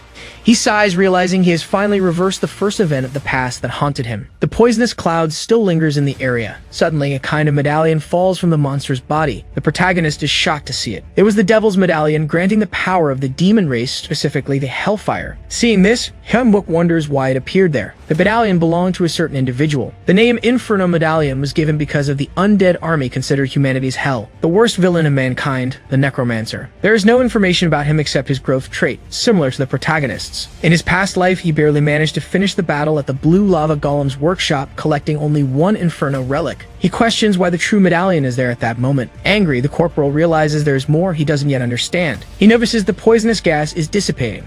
As he asserts that he needs to consume the medallion, someone suddenly calls his name. The protagonist freezes in a mix of fear and shock. Behind him stood Yuna, pointing her sword and demanding to know who he really was. Hyunwook turns to her, mentally lamenting how much she saw. Suddenly, the woman with the spider on her shoulder appears. She remarks that the battle was impressive. Introducing herself, she says her name is Catherine, leader of Seoul's Blue Flower Guild's attack unit, returning to the moment when the lieutenant questions him. The protagonist quickly hides the medallion in his back pocket using his manipulation ability. Awkwardly, Hyunwook asks what she's talking about. After that, Catherine appears, surprising them both. Still wearing her mask, the woman says she saw the fight from afar and was impressed nonetheless. She asks Yoonhide if she's not the third daughter of the captain of the Paladins, remarking that she's grown a lot. The protagonist is surprised and slightly irritated as well. Yoonha introduces herself as the captain of the 1st Battalion of the 3rd Brigade, stating that the area is restricted restricted for civilians. However, Catherine simply ignores her and approaches the corporal. She introduces herself and hands him a card. This was the second daughter of the leader of South Korea's most powerful guild, Blue Flower, and an A-rank player. Hana is confused when she notices Hyunwook doesn't even take the card. Astonished, the woman asks if he doesn't know who is standing before him. Biting his lip, he wonders how he couldn't know. After all, out of all the villains who annihilated humanity, he couldn't forget her even if he tried. He remembers Yuna protecting him, telling him he must survive. The protagonist tells her to get out of his way, while the woman claims she'll be his shield, stating that she would die first if necessary. And unfortunately, that's exactly what happened. As Yuna's body was covered by insects, someone floated under the red moonlight. She had been killed by Hana. Returning to the present, Catherine asks if he doesn't realize this is a once-in-a-lifetime opportunity in front of him. Hyunwook clenches his fists and begins trembling. The lieutenant repeats that this is a military operation zone, ordering the woman to leave. Taking a deep breath, irritated by so many interruptions, Catherine says that soldiers should address each other by rank, telling Yuna to refer to her as the department chief of the Blue Flower Guild. Seeing both women staring at each other hostilely, the protagonist admits this is very uncomfortable for him. To everyone's surprise, a car approaches. An army jeep drives toward them. After it stops, someone exits the vehicle. Hyuna says she was going to report the situation to the battalion commander. However, Kang-sok tells her to wait. The commander begins scanning the area, noticing several dead kobolds scattered on the ground. Even the boss had a blade embedded in its chest. Becoming increasingly nervous about the situation, the protagonist mentally declares that this is the end for him. Kang-sok stares at the corporal with an extremely serious expression. Hyunwook holds onto his soul, which feels like abandoning him, thinking he must handle this alone. The commander expresses pleasure at seeing Hana again, and she asks how Kang-sok has been. He says he's grateful for the guild's help, but since this is a military operation area, unauthorized entry is unacceptable. She comments that typical soldiers are too rigid, saying she almost got what she wanted. The woman kisses her business card and then places it on the corporal's vest, asking if it isn't true and telling him to call her. However, the commander calls out to the protagonist, prompting him to salute. He declares that from now on, the boy is the squad commander for this operation and orders him to prioritize rescuing survivors. Hyunwook wonders what that guy is thinking. And after resolving this situation, he must report everything personally to the major lieutenant. The corporal accepts the mission. With a grim expression, Yuna looks at him. The protagonist is genuinely frightened by her gaze. 1 week after the incident with the 3rd Brigade of the 1st Battalion, it's reported that the absorption of the Infernal Medallion is complete. He can now manipulate 3 kilograms and 458 grams of metal. Inside the men's restroom, a notification window warns that a fire breath chamber is forming in his stomach, cautioning that the user might feel immense pain. Someone enters the restroom calling for the corporal. Jumbo asks what Hyunwook is looking at so intently to be making those noises. Still literally spitting fire, the protagonist says it's not what Jumbo thinks. The boy asks if he can show him later while Hyunwook practically turns into a lamp. His subordinate is stunned outside seeing that light. The kobold portal, which everyone had underestimated, caused many casualties. But thanks to Seonha, the soldier Mintit recovered from his critical condition and was safely transported to the military hospital. After the incident, Hyunwook decided to stop doing everything alone and instead train his team members so that they can at least defend themselves. He remarks that this decision brought him 2 problems as Seonha greets him. The first was that the surgeon started pestering him much more since that day. The girl calls out to him again, prompting the protagonist to ask what the platoon vice leader wants. Lieutenant Minhee observes them furiously. Additionally, the second problem. The commander asks him to leave his current role and become a non-commissioned officer. This didn't even surprise him anymore. Kang-shuk had said the Itaewon operation convinced him of Hyunwook's potential and his dream of fostering a military culture where ranks don't matter, as per his warrior's belief. Hyunwook says he'll think about it during his vacation while internally going mad, wondering if that brute is crazy. After 3 weeks, the day of his vacation finally arrives. Another guy is shocked in the bathroom, seeing a bright light coming from one of the stalls. The system congratulates Hyunwook, saying he's fulfilled the special conditions to gain a new ability. He's acquired the Fire Breath Chamber, which boosts absorption by 50 to 250% and grants the ability to spit fire. The protagonist sits, noting that he can finally put an end to the strange rumors about him spending too much time in the bathroom. After some time, he's looking at himself in the mirror, admitting that with his current state, he might not be able to handle the next portal. The commander faces a crowd of people asking if he'll abandon the Seoul station in the end. They demand the authorities clarify their position, questioning if they'll truly save those people. Meanwhile, at the station, a crowd screams for help as blood spreads. The protagonist realizes he could truly die in this situation. For this reason, he needs to prepare thoroughly during his vacation because it's time to change the future.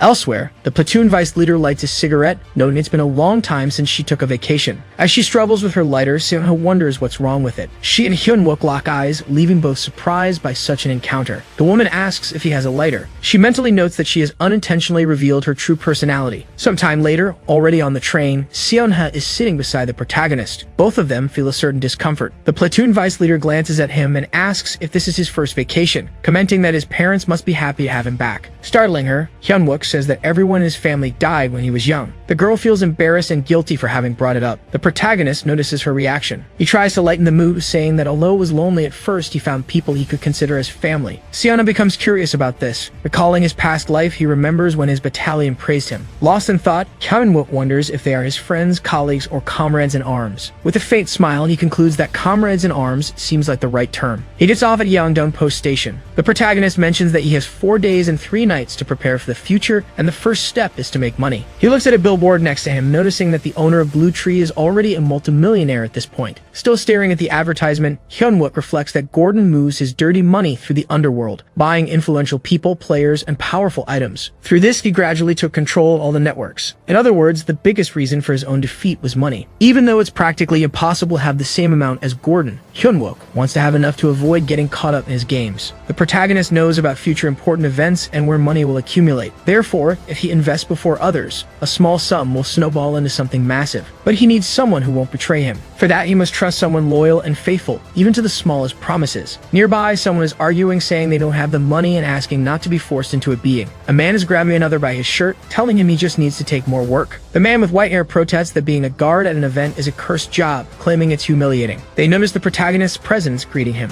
The man with white hair remarks that it's been a long time since he last saw the Tin Can controller. Hyeonuk recalls their first meeting. Wonchul had said he was also an awakened individual, claiming it was a pleasure to meet him. The small protagonist also expressed happiness in meeting him. Returning to the present moment, he wonders aloud if their relationship is really so good that it's nice to see each other. Walking past the man, the protagonist greets the other guy, noting that it's been a while. The chubby guy asks why Hyeonuk is there. Wonchul wonders if Hyeonuk has lost his mind, saying he must have thrown away his memories just for greeting him kindly. Angry, he says maybe he should refresh the boy's memory about their real relationship. The protagonist recalls a past memory of levitating some small objects with his power. The kids around him demanded he do something more, claiming even they might awaken like that. Wonchul had said he wasn't awakened, calling him a loser. Because of this, the boy let the objects fall. But what caused it was a punch he received to the face. The protagonist had taken a blow from that delinquent. Wonchul said that if Hyeonuk ever claimed to be awakened again, he would kill him. And just like back then, the boy was getting ready to hit him. Currently, Wonchul is ranked C in the fighter category. Wonchul asks if he should beat him just like in school. The chubby guy tries to stop him, but Wonchul insists he'll make the boy beg for his life, just like old times. He tells the other man to leave the room if he doesn't want to die along with the protagonist. To their surprise, Hyeonuk challenges Wonchul to land a hit on him. With a terrifying look, the corporal tells him to try killing him if he can. Furious with rage, Wonchul starts cursing as he charges toward him. He tries to punch the protagonist, who remains rooted to the spot. Suddenly, he stops his arm, causing a slight wind to form around his opponent. A pen, controlled by the protagonist, had stopped inches from Wonchul's eye. Another knife hovered near his ankle. In reality, countless blades were aimed at his body. Hyeonuk states that while he might not win today, he will make Wonchul feel as if an entire military unit is attacking him. In short, he could end his life as easily as a close combat player could. Seeing the weapons inching closer, Wonchul grows nervous. Another person enters the room, calling for Wonchul and saying they need to leave immediately to get to the event.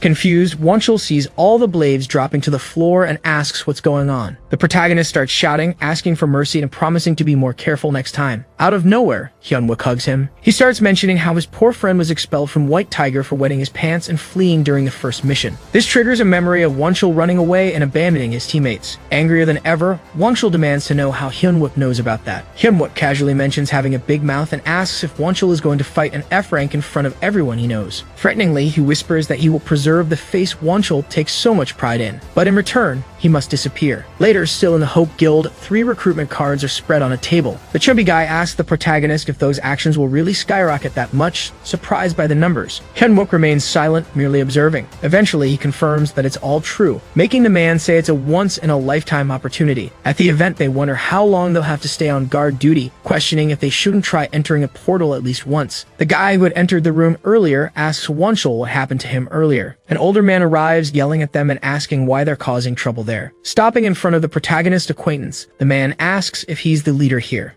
The older man says he had assigned zones A, B, C, and D, adding that if the guy can't read, he should at least work on his hearing. However, the madman simply punches him. The blow lands on the older man's jaw, sending him flying backward. His subordinate looks utterly shocked by this. Completely losing it, Wonchul lands multiple blows on the fallen man. Blood and fragments of asphalt fly into the air. This horrifies all of his companions, who are stunned by the scene. Getting up, Wonchul orders everyone to spread out and look for a man. Completely unhinged, he declares that he's going to kill Hyunwook. Hyeolsu was extremely surprised. If those stocks truly soared with those numbers, it would change their lives forever. He apologized to the protagonist, admitting it was hard to believe. Mentally, Hyunwook understood why it might seem unbelievable. Hyeolsu then asked if they might have provided that information as a way to exploit him. Hyunwook asked if the guild leader considered him trustworthy based on what he'd seen so far. Hyeolsu replied logically, stating he did indeed trust him. Unable to explain that the source of his knowledge came from his past life, Hyunwook simply reaffirmed that everything was true. He showed Hyeolsu his conversation with the battalion commander, where they discussed a vacancy for a non-commissioned officer. Hyeolsu asked if that was real.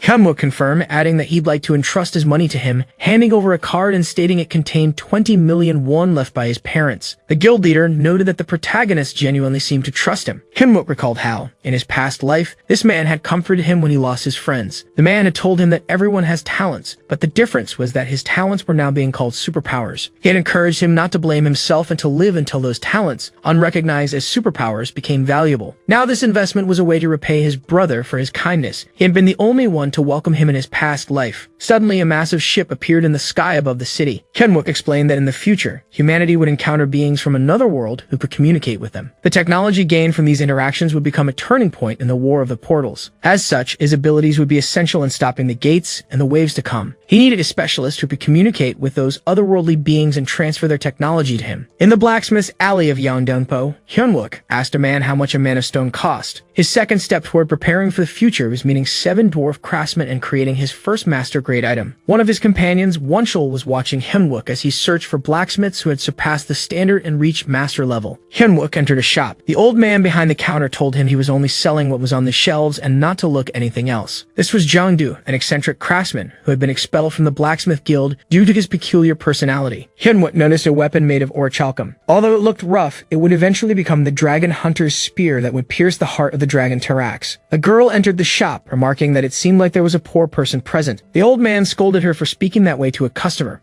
She retorted, saying Jongdu called them that as well, but she fell silent when she saw the protagonist.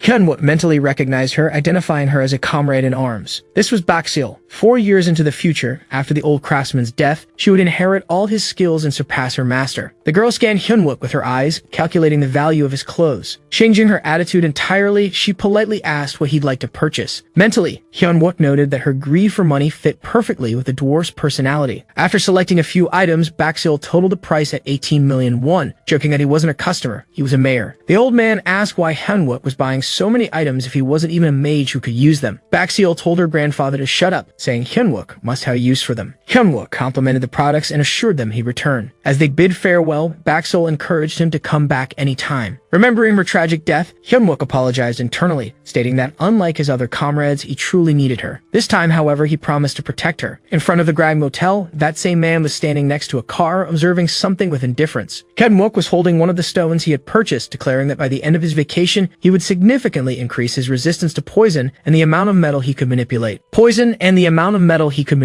The system notified him that it was absorbing an enchanted metal with poison, and that after absorption, his tolerance would increase slightly. Normally, this process would take the indicated time, but with his airspace, it would proceed faster. With the mineral inside his body, Hyunwook focused all of his flames on it. The stone began to melt, accelerating the absorption process. Using his internal furnace, his metal absorption speed increased by 250%. However, it inflicted severe pain. The system issued multiple alerts as his veins glowed a molten yellow like lava. Despite the agony, Hyunwook grew irritated, snapping at the system that he already knew. He told himself he didn't have much time and needed to consume it all and endure the pain. 2 days passed. One man told Wonchul that the kid hadn't left his room in days. Inside the motel room, one of the windows was open. The status window showed that level 2 poison resistance was being developed, along with 17 kilograms and 499 grams of manipulable metal. Around his body, traces of his manipulation power combined with his airspace ability formed a kind of electrical current. Hyunwook confesses that having level 2 resistance isn't as good as he had hoped. However, he is now able to manipulate around 60 daggers. The system notifies him that he has undergone his first latent breakthrough, acquiring the skill Metal Break. With this skill, he can disarm practically any equipment. That is sufficient for now. Suddenly, he senses something approaching the entrance. Turning to face it, he waits for his new opponent. Wonchul bursts through the door. He complains that the protagonist isn't even shocked, asking if he had been hiding there the whole time. Hyunwook calmly replies that as a soldier there are numerous government restrictions on him, and asks Wonchul if he couldn't just leave. The man starts laughing, dismissing Hyunwook's concerns as nonsense. With that, Wonchul charges at him, shouting, "Do you think you're going to die?" Throwing a punch at Hyunwook's face, he yells at him to just die. However, Hyunwook activates his body transformation.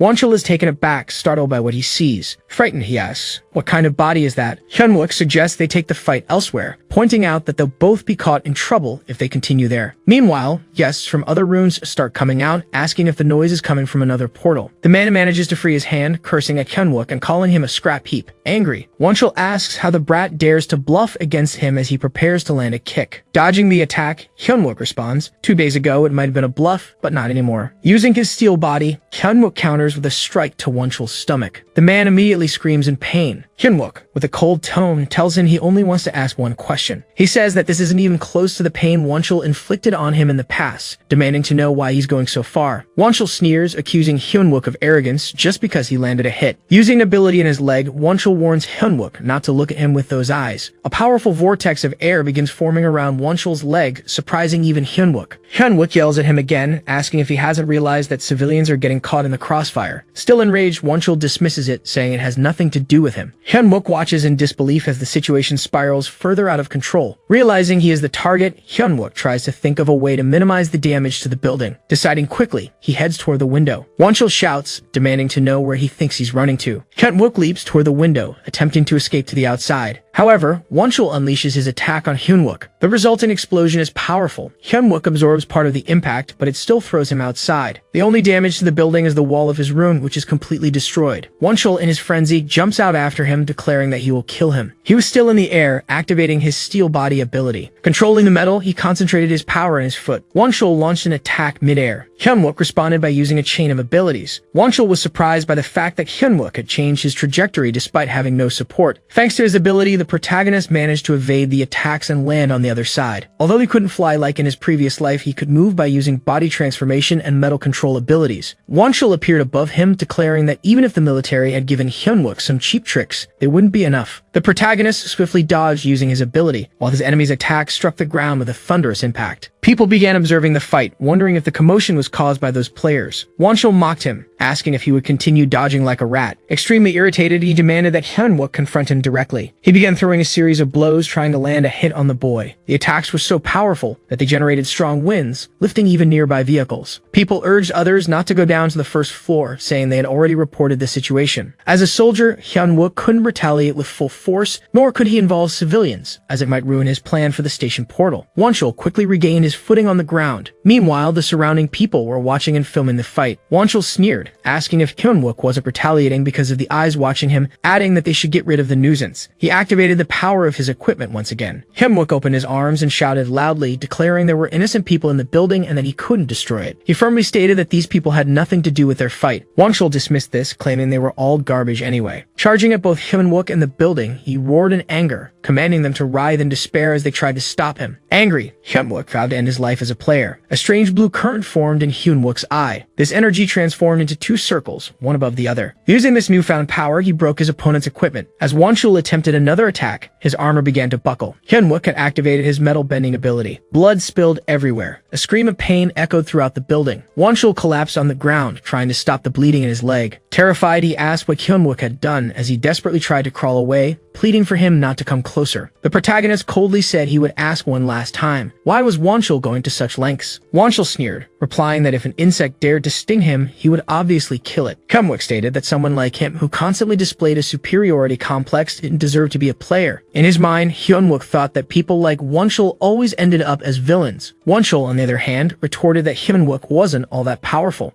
Hyunwook manipulated a piece of metal and positioned it behind Wonchul's neck. He warned him never to appear before him again, gun, threatening that if it happened, he wouldn't just lose a leg. Wonchul was both furious and terrified at Hyunwook's words. Grating his teeth, he growled that Hyunwook should thank God he was a soldier, claiming he couldn't abandon his comrades. Not long after, the police arrived at the scene. In the awakened task force report, it was concluded that Hyunwook had merely tried to stop Wonchul. An agent remarked that witness statements were consistent, adding that Hyunwook was lucky since Wonchul was notorious for being problematic. The officer also noted that it was the first time in his life he'd seen a low-ranking official emerge unscathed from such a fight. Smiling, Hyunwook replied that he got lucky because his enemy's Kalf armor ended up bursting. The officer said he would be released for now. Hyunwook thought back to how he had always considered his F rank a terrible classification, but now he realized it had helped him avoid suspicion. Another officer approached, showing him some information and remarking that he might want to know about it. He revealed that the enemy's armor had no flaws. The officer added that it didn't make sense for an F rank to crush the armor of a C rank, let alone defeat them without sustaining any injuries. Outside, Hyunwook prepared to run. In the blink of an eye, he disappeared from where he stood. Moving at incredible speed, he rushed past people, leaving only a strong wind in his wake. As he ran through the city, Hyunwook recalled his past life. He remembered how the news reported that, aside from the first 3 waves, this was the greatest disaster ever witnessed. This tragedy had intensified expert criticism, raising questions about the portal response system. Unlike the 2 previous portals, Hyunwook had no personal experience with this one, meaning unpredictable situations could arise. Among all the monstrous disasters, the Seoul Station incident was one of the worst. He wondered if he could really handle it with his current progress. Part of him considered staging a fake attack to evacuate the population. However, he knew he couldn't act rashly. As he looked back, something clicked in his mind. He remembered the presence of a hidden villain there. If things went wrong and he hid, Hyunwook would never find the turning point to change the future. Standing still amidst the crowd, he realized there were only 2 minutes left until the portal opened. Suddenly, someone greeted him. It was the vice platoon leader, panting heavily, saying she had been looking for him for a long time. Furious, she scolded him for being at the police station and demanded to know why he hadn't answered his phone. Hyunwook thought to himself that in his previous life, Sama wasn't there, wondering if he had changed the past so much. Now, with only a minute left until the world's worst portal opened, Seona continued scolding him. She exclaimed that even with his phone destroyed, he should have informed her about what had happened. Hyunwook mentally noted that he had no time to waste and needed to proceed with his plan. As the moment arrived, Hyunwook took off the large bag from his back. Seona flinched as he scattered several metal spheres on the ground. People at the station began questioning what was happening, some even asking if he was crazy. Seona, bewildered, asked what was going on. Frustrated that he wasn't answering her and was doing something so sudden. Unexpectedly, he told her to run toward the gas masks when he gave the signal. Confused, Seona struggled to understand what was happening. Meanwhile, the rest of the crowd grew angry at the spheres on the ground, which were obstructing their way. Suddenly, a massive wave of poison appeared. A hole in the ceiling began emitting venomous gas. The small hole expanded into a large portal. Seona looked on, perplexed by its sudden appearance. A monster with gleaming black scales emerged from it. The protagonist signaled Seona to head toward the gas masks. 2 women were talking in front of the station. One of them bids farewell, saying she needs to leave. The girl asks why the older woman wants her to leave,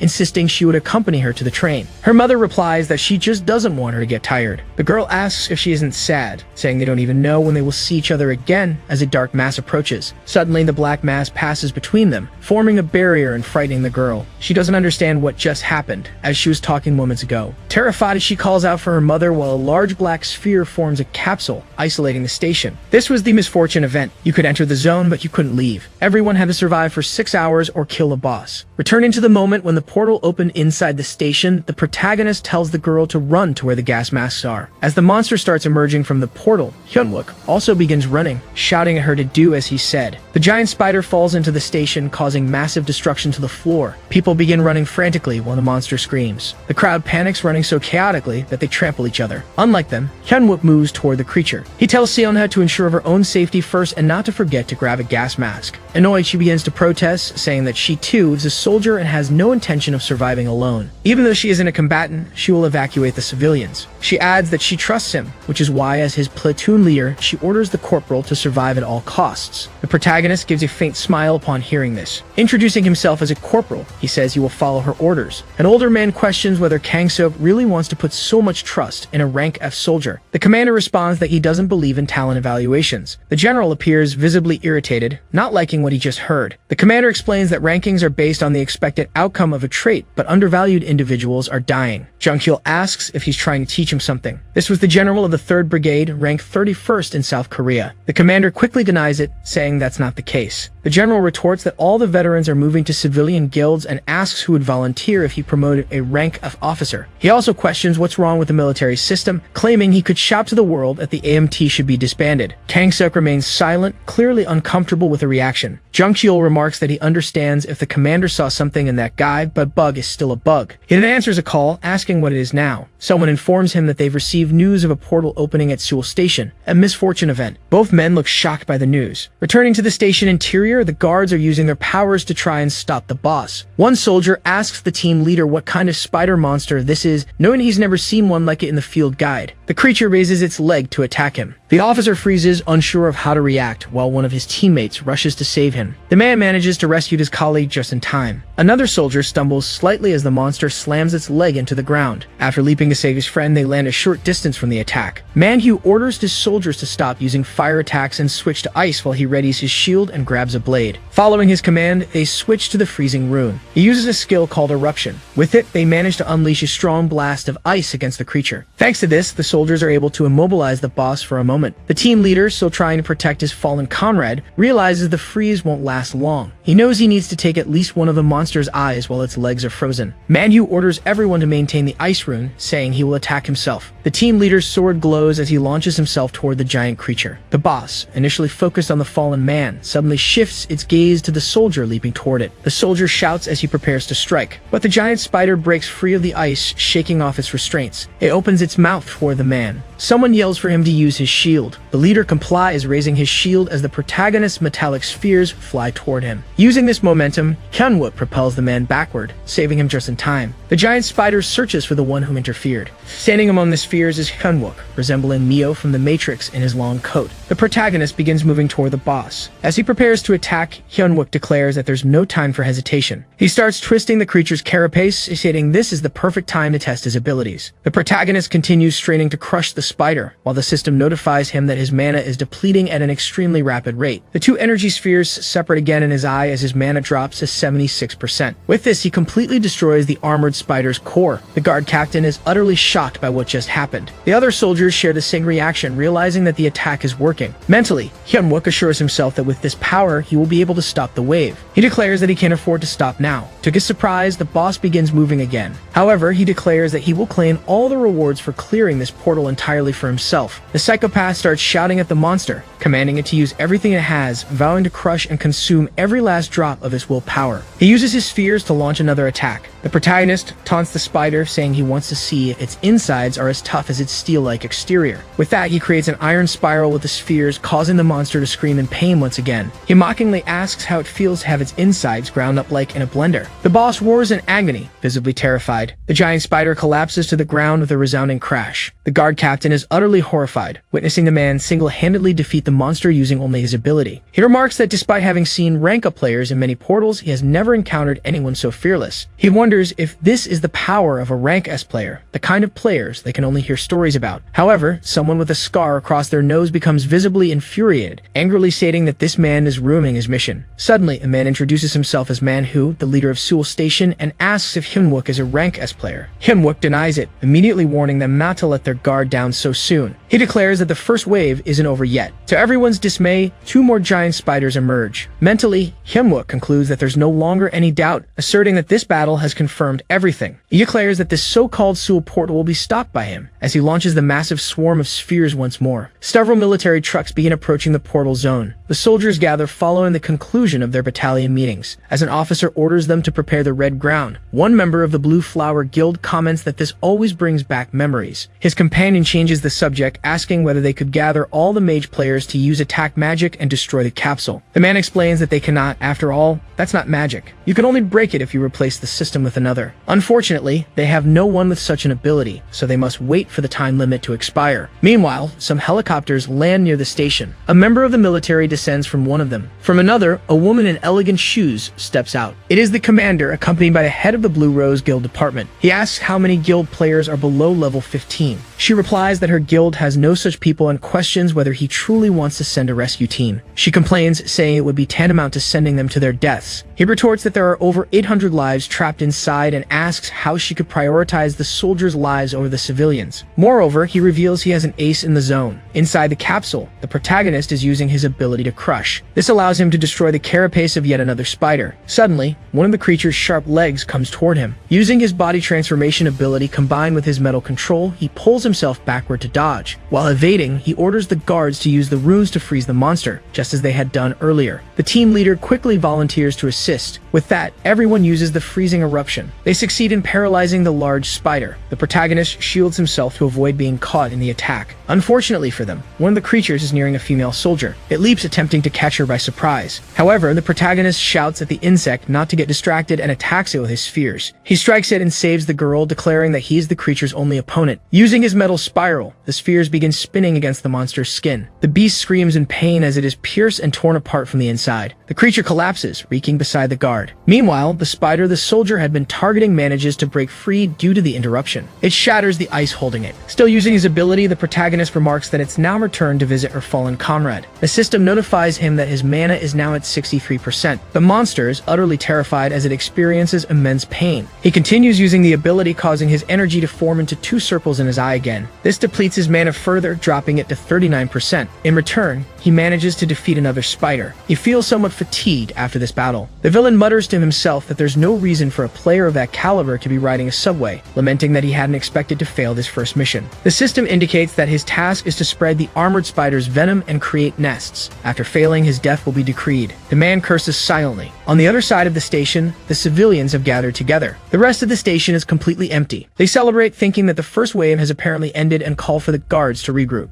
The guards thank the protagonist, stating that if it weren't for the high-ranking player, they would have died, and ask for his name. However, the boy doesn't respond and looks at them with a terrifying expression. The soldiers are confused, except for one who appears to have fallen for him. The team leader asks if there's a problem. Mentally, the protagonist questions if the person is not present, swearing that in his past life, it was said the villain was one of the guards. Suddenly, the surgeon appears, calling for the protagonist. He realizes he had completely forgotten about her. Seeing the woman address him as a corporal, man who wonders whether ranks players are exempt from military duties, she reports that they successfully evacuated the population, placing them in rooms with narrow entrances, and asks if he stopped the wave alone. She demands that he report every detail of what happened. Mentally, he notes that he has no time to waste. The team leader asks about the corporal's rank. The protagonist replies that it's irrelevant right now, as this might be a double portal. Both look extremely confused and alarmed. He decides he can't waste time looking for the villain among 800 people, so he must stay one step ahead. Outside, the commander names Lieutenant Minhee as the field commander for the Seoul Station rescue operation. Minhee introduces himself as the leader of the 2nd platoon. The onlookers start murmuring, questioning why the leader of the 2nd platoon hasn't reached level 15 despite being rank C. Hearing the whispers, the man becomes visibly irritated. Kang-suk orders them to stay focused, saying that despite the heavy burden on his heart, he will send them inside and they need to save the civilians. All comply with the lieutenant major's command. To their surprise, he calls for Minhee again, ordering him to report all of Corporal Hyunwook's contributions and operations. The lieutenant is shocked, asking if he's really referring to Hyunwook's achievements. Back inside the capsule, the second portal appears. Suddenly, a skeleton with a hole in its skull emerges. The system window notifies that the monsters will not attack it. Angrily, the skeleton questions the meaning of not attacking, stating that all the monsters are dead. It has 3 missions. The first one has failed, and the second requires it to kill at least 500 civilians by any means necessary. The villain tells himself he needs to endure, as completing this mission will allow him to become an ordinary villain. Suddenly, the protagonist's spheres come flying toward him. The villain begins generating roots to defend himself. He creates a sort of barrier around his body. With a sadistic smile, the man asks what the protagonist is doing, declaring that he's a railway guard. Hyunwook responds that the man had been hiding among the civilians, avoiding suspicion as a guard, so he'd kill them later. He comments that the villain really twisted his brain to pull this off. Calling him by name, Juseop, Hyunwook says it's been a long time. The villain asks who he is and whether they've met before. Smiling, the protagonist assures him that he knows him very well, calling him a little villain. The villain looks terrified. He starts claiming that he doesn't know what the protagonist is talking about, but warns him that he shouldn't have said the word villain out loud. He adds that he has seen Hyunwook's metal manipulation ability and assumes he is a Ranka player. The villain says he understands the protagonist's confidence, but asserts that ranking doesn't matter when compatibility is involved. He declares that those little metal marbles won't do anything against him. However, Hyunwook prepares his flaming breath. Opening his mouth, he forms a fireball and asks if the villain's ability is compatible with that. Back in the past, this guy was destroying a part of the city with the cannibal tree ability.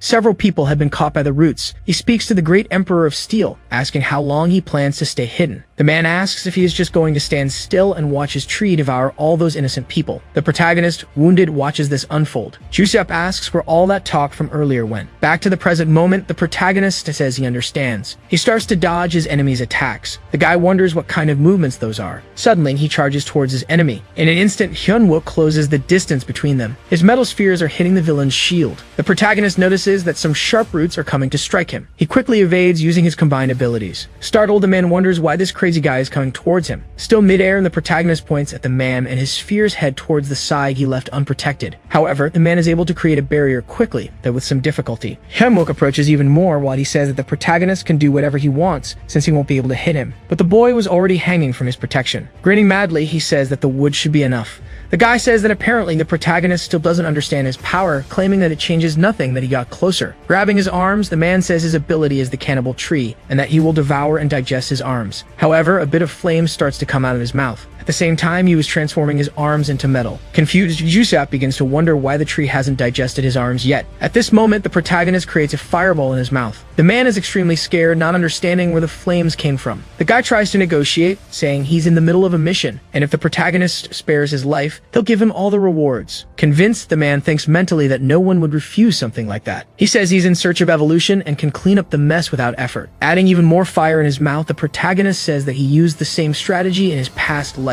Seeing it getting closer, the man becomes afraid and asks what he means by past life. But Hyunwook tells him to die and activates his flame breath. It is notified to Mindy's squad that their entry has been authorized. He speaks to his troops, asserting that they don't know what kind of portal is inside. They prepare as they say they will enter. The system warns that this is a dangerous zone and that once they enter, they won't be able to leave. Suddenly, one of the soldiers becomes extremely scared. In front of him was the body of one of the giant spiders. The lieutenant tells Jumbo to shut up. Someone questions who is there, and the team leader says it's the rescue team. The chief of the guards appears, asking if it's really a rescue team. Above them, the great portal from which the spiders came was still there. The lieutenant says he hasn't seen any injured citizens. The guard informs him that thanks to a member of AMT, the civilians were evacuated. Minnie immediately asks if it's a soldier, questioning if she's injured or anything, but Manhu says she's taking care of his shelter. This makes the lieutenant very angry, while the chief of the guards informs them that they're following Hyunwook's orders. Jumno asks if he had spiky hair and occasionally made a sinister smile, which Manhu confirms. Minnie tells the boy to be quiet, saying he doesn't know his place. The protagonist, subordinate, obeys, clearly bothered. He tells the chief that from now on he's in charge, informing him that this guy is rank F. In a serious manner, Manhu asks how the lieutenant got in. He reminds the man that you need to be level 15 or lower to enter the capsule. Firmly, he says he knows the rank of the man they're following, stating he's also rank C, so he doesn't need to obey him. Manhu also says that they are a rescue squad that doesn't even know how they'll get the people out of there. Minnie says that for now they'll build a barricade in a place with a narrow entrance, waiting for the end of the time. However, Seona appears, telling the team leader that they have big problems. The lieutenant asks if the platoon vice leader is okay, but she asks why he's there. The guy says he came to rescue her. Ignoring him, the woman says this isn't important and tells him that the civilians have noticed there's a second portal. This makes Manhu extremely worried. They were outraged, asking why they hid the fact that it's a double portal from them. The soldiers try to calm the crowd. One of them says that apparently that guard was right, claiming they're just being used as shields to buy time. She asks where he heard this, and the man says it was from a guard with a scar on his nose. Elsewhere, Hyuseop was with Burns, claiming he did all the preparations and that this wasn't a surprise, asserting that it was very difficult. The protagonist asks what he's complaining about, saying he has more things to do and tells the guy to die. Hyunwook asks if all these villains follow the same script. Suddenly, surprising him, a strong light comes towards him. A kind of portal forms in front of him. There was a view of the sky where something golden was shining ahead. Two women, very much resembling angels, approach, while it's said that his mana is quickly being restored. Both start flying around him as his life is recovered very effectively. They get closer and closer, surrounding him. He grins sinisterly, while the system announces that his mission has started. The secret mission, the Bearer of Light, begins, and he must be the Morning Light, becoming the guardian of humanity. The angels begin to try to take him inside the portal. It is said that this mission will guide him to become the Morning Light, questioning if he is willing to accept or not. Determined, the protagonist says his decision is obvious and refuses. Both angels are extremely surprised by his response. The system asks if he really wants to refuse, but Hyunwook says that, in the end, they are just a group, and depending on the rewards granted, his actions will be periodically restricted. Above all, this quest is not so simple. If this mission is misused, a guardian can become a villain in moments. Just like the worst traitor of humanity, Gordon Tracy. After all, he was also a guardian. Irritated, the protagonist asks how many times he will have to refuse. The golden-haired angel looks at him as though she is judging him. The red-haired angel does the same. However, she seems angrier than the other. As such, the divine portal begins to close. After it finally disappears from in front of him, the protagonist begins to use his ability. He picks up a key that was in the middle of that mountain of bones. It is notified that he has obtained the level 2 Akashic Cabinet key. This was the item Jusiop had been searching for. Or rather, this reward is a necessary object for the villains. In this case, of course, he will keep it to eliminate all those insects. The chief of the guards goes to the civilians, demonstrating that he is the only one with a scar on his face, explaining that it was fake. Others ask if he is sure it wasn't him, but the man in the suit repeats that it wasn't. However, he says that, in any case, they hid that there was a second gate, so there's no guarantee that they aren't shields. The protagonist mentally curses that guy, noting that even before dying, he caused an uproar. The lieutenant was talking to one of the people, trying to calm them down using his authority. The protagonist sees that the major lieutenant really didn't give up on the station until the end, but the population says they can't trust a rescue team with only 6 people. However, catching everyone's attention, the protagonist asks what's going on. Hyeonuk shouts, questioning if they still don't understand that if the second wave starts, everyone there will die. The guy says they can't trust them. That's why they're in this situation. Irritated, the surgeon asks if he has another way to survive other than trusting them. Everyone is stunned by how he spoke to the crowd. He says that the railway guards fought with their lives on the line, and that should be enough. He asks if there's anyone else who has put their life at risk. Minnie curses the protagonist, asking how he dares speak to the citizens like that, questioning where he's been hiding all this time. Angrily, he says he just defeated the second portal. Seonhead is surprised while Jummo calls for his surgeon. The chief of the guards mentally admits that this must be expected from a rank S. The lieutenant starts cursing him, saying he's lying shamelessly, claiming he wouldn't be able to do this alone. He says the second wave will start soon and tells the citizens to hide, while the guards and the platoon leader follow him. The chief of the guards promptly agrees, calling him sir. Minnie wonders if that is really the surgeon she knows, noting that he now has authority equal to a commander's. Back at the location of the first gate, Jummo hands the cloud sword to the protagonist and the spellbook of the platoon vice leader. He asks everyone to gather there, informing them that there is something he needs to tell them all. Hyeonuk says that the spider doesn't appear in the guides, which means the next one will probably be another monster they don't know. Still, something was missing for it to be a monster from a bad luck event. The chief of the guard says he also noticed something strange. Therefore, he believes it was due to the first wave, stating that according to the progress, venomous monsters might appear. Irritated, the lieutenant wonders why the vice leader, along with the guards, is listening to that loser. He says that's why everyone must wear masks and try to lure the monsters to the external platform to prevent the venom from spreading. With that, the protagonist says he will now explain the details of the operation to everyone. After the second wave starts, the spiders begin to emerge from the gate. He says that with this, it will be necessary to get their attention and lure them in. That will be his role. With this in mind, Hyeonuk grabs everyone's attention and starts dodging their attacks. The giant spiders fall to the ground, disoriented after being attracted to the boarding area. The guards team, along with the rescue team, should wait for him outside. That way, they can attack them while they are still unprotected. Thus, they will be able to attack them without them being able to hide or shelter themselves. Similar to the first wave, they need to freeze the feet and wait for the right moment. The guards use the freezing rune while the rescue squad shoots at the monsters. However, he had warned them not to approach them, no matter what happens. As such, one of the spiders tries to attack a soldier. It's the one again, who freezes in fear. Once again, Hyeonuk appears using his metal unfolding ability. He screams as he rips the monster's shell off, completely destroying it. A lot of blood pours out. With that, after he removes the spider shells, those in good position should attack them. This causes a lot of damage. Concentrating their attacks, they manage to bring them down. And at this moment, it will be the key moment. For the greatest success, the platoon leader and the vice leader must leave from a high position. Minnie says she can hardly believe she's with Shiona. And if the platoon leader helps her teleport frequently, she will be able to concentrate 100% of her mana on tearing off the armor. And if the vice leader keeps replenishing the lieutenant's mana, she believes that together they can use teleportation until the end. She asks the platoon leader, who is capable of recognizing and dealing with risky situations for each unit, if this plan is good. Happy that they asked his opinion, the guy says this strategy should allow them to pass with minimal damage. The protagonist says that in that case, they are under the care of the captain of the rescue team. All the units were already prepared, waiting for Hyeonuk to appear with the monsters. The portal starts generating strong gusts of wind. He screams that the second round will start soon, telling everyone to prepare. Another one of those spiders falls brutally to the ground. The impact is so strong that even the protagonist has to shield his eyes. He becomes convinced, grinning sinisterly, stating that his plan's already set. The status window had said that they need to survive for 6 hours or defeat the boss. This armored spider was different from the others, much more robust. He realizes that this is the true boss of the place, not believing believing what is happening. The creature stands up like a human, being extremely larger, and it is said that the boss monster has finally appeared. Hyeonuk tells everyone to flee, while it is announced that they need to defeat the boss. Mentally, the platoon leader wonders what is happening, stating that he needs to control the situation first. He orders everyone to stay in their positions while telling the protagonist that he must lead them away from the civilians. The monster looks toward Hyeonuk. It starts growling and making some noises. With that, the boss lets out a loud scream in his direction. He remembers that this boss appeared after the second wave. The soldiers below feel the pressure of this, while he wonders why the future has changed. Everyone, without exception, covers their ears from the immense noise. He realizes it's probably his fault. The giant spider tries to land a blow on him, but by luck, Hyeonuk manages to dodge. The force of the attack is so great that everything around him shakes. He needs to take action, or else it will be annihilation of everyone. The protagonist uses his metal distortion ability. With this small attack, his mana goes down to 72%. The system notifies him that the ability used was ineffective, since the resistance is greater than the breaking force. He launches another strike, attempting to end the boy. However, Hyeonuk uses his chain of abilities, managing to dodge the spider's paw. He continues dodging the attacks while trying to get closer. The sergeant notices that the pillar was destroyed with a single blow, realizing that his fortification ability wouldn't be enough to protect him. But still in the air, he thinks of a quick idea, noticing that the monster really destroyed the pillar. Interrupting his thoughts, the boss attacks him again, but he uses the combo of abilities and dodges. Supporting himself on the spider's paw, he begins to run. Even with slim chances, it's the only option he has at the moment. After gaining speed, he leaps upwards. Minnie asks what that crazy person is doing, telling him to lure the beast away as per the original plan. But mentally, Hyeonuk assures that the lieutenant will understand, remembering a time when he was talking with him. The protagonist thanked him for his help,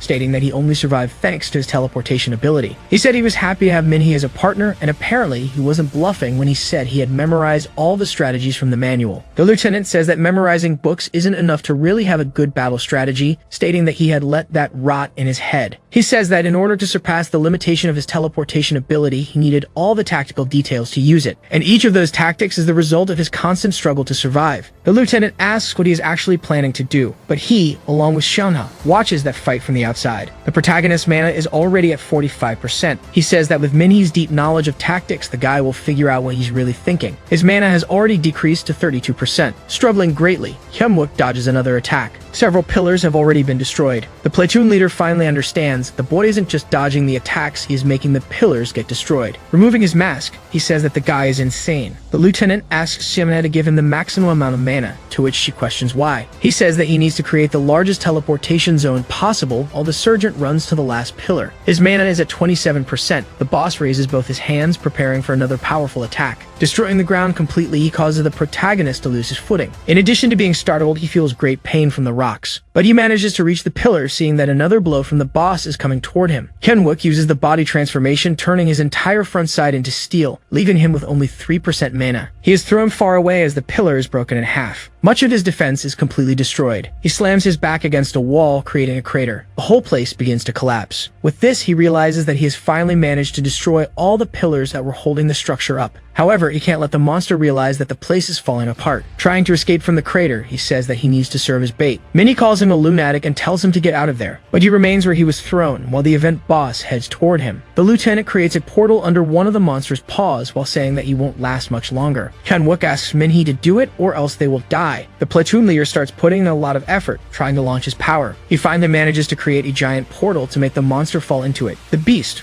falls into the same place again. The boss looks up, noticing something. The entire structure is collapsing on top of him again. The protagonist smiles, stating that he knew the lieutenant would do a great job. As the place collapses, he says he's proud of his partner. Minnie begins to cry as she calls for him, declaring that he is a psychopath. Siona finally understands the situation and screams his name desperately. Hyeonuk recalls his past life once again. He speaks to Yuna, mentioning that they lost many comrades, making him question whether he should really be the leader. The woman looks at him silently. Suddenly, she calls him by name. Angrily, she tells him that he's pathetic, asking who decides if he deserves to be a leader, also questioning if he doesn't trust himself. The protagonist simply averts his gaze, back to the moment when everything collapses. He was still stuck in the hole in the wall. Hyeonuk apologizes to everyone, noticing that he only has 3% mana left. He throws himself headfirst toward the ground. As the continuation of that memory comes to his mind, Yuna had grabbed him by the collar of his shirt. She tells Hyeonuk not to bear everything alone, asking him to look into the eyes of those around him. Opening his eyes, the protagonist realizes that it's not the ground waiting for him, but Shunha and the platoon leader. He can't believe what he's seeing, but he quickly extends his hand toward her. The lieutenant can barely keep the portal open. After his companion passes through, he closes it as the girl grabs him. The entire section of the station starts to collapse. Someone calls the battalion commander, while the system alerts that the event boss has appeared. It's mentioned that the media is pushing for a statement about the appearance of the event boss and the actions that will be taken. Kang-suk gets irritated upon realizing what is happening. A subordinate informs Haina that the chief said if she keeps acting this way, her position won't last much longer. She says her brothers are ambushing her, acting as if they were expecting this. The commander notes this conversation. He doesn't seem too pleased with what he hears. The woman tells everyone to stop staring at her, stating that she will call him as that's all she needs to do. Irritated, she wonders why it has to be him out of all those people. On her phone, the contact is saved as Crazy Dog. Inside, much of the place had already collapsed. The vice platoon leader asks if the protagonist is trying to kill himself. She admits that she really thought he might die. A little nervous and frustrated, he notes that the future has changed, realizing he no longer knows how useful his information is. Siobhan notices he isn't answering her. On the other hand, the lieutenant gets angry about this. He curses the protagonist, asking who he thinks he is, stating that those people would have died if he wasn't there. The man says that tactics are based on promises, that you must trust your comrades, who will listen and follow the agreed-upon plan. Minnie asks if he really thought acting alone was better, questioning if he truly trusts his comrades. At that moment, the protagonist remembers Yuna's words from his past life. Hyunwook opens a wide smile. The vice platoon leader scolds the lieutenant, saying that now isn't the time for these things. The protagonist thanks Minnie, saying that thanks to him, he now has an idea of what to do. The man doesn't understand what he's talking about. Hyunwook says that the boss will soon emerge from below, but now he has found a way for them to get out of there. The platoon leader says he wants to do things alone again. However, they need a strategy and starts explaining it. But the protagonist completes his plan, stating that since he has iron skin,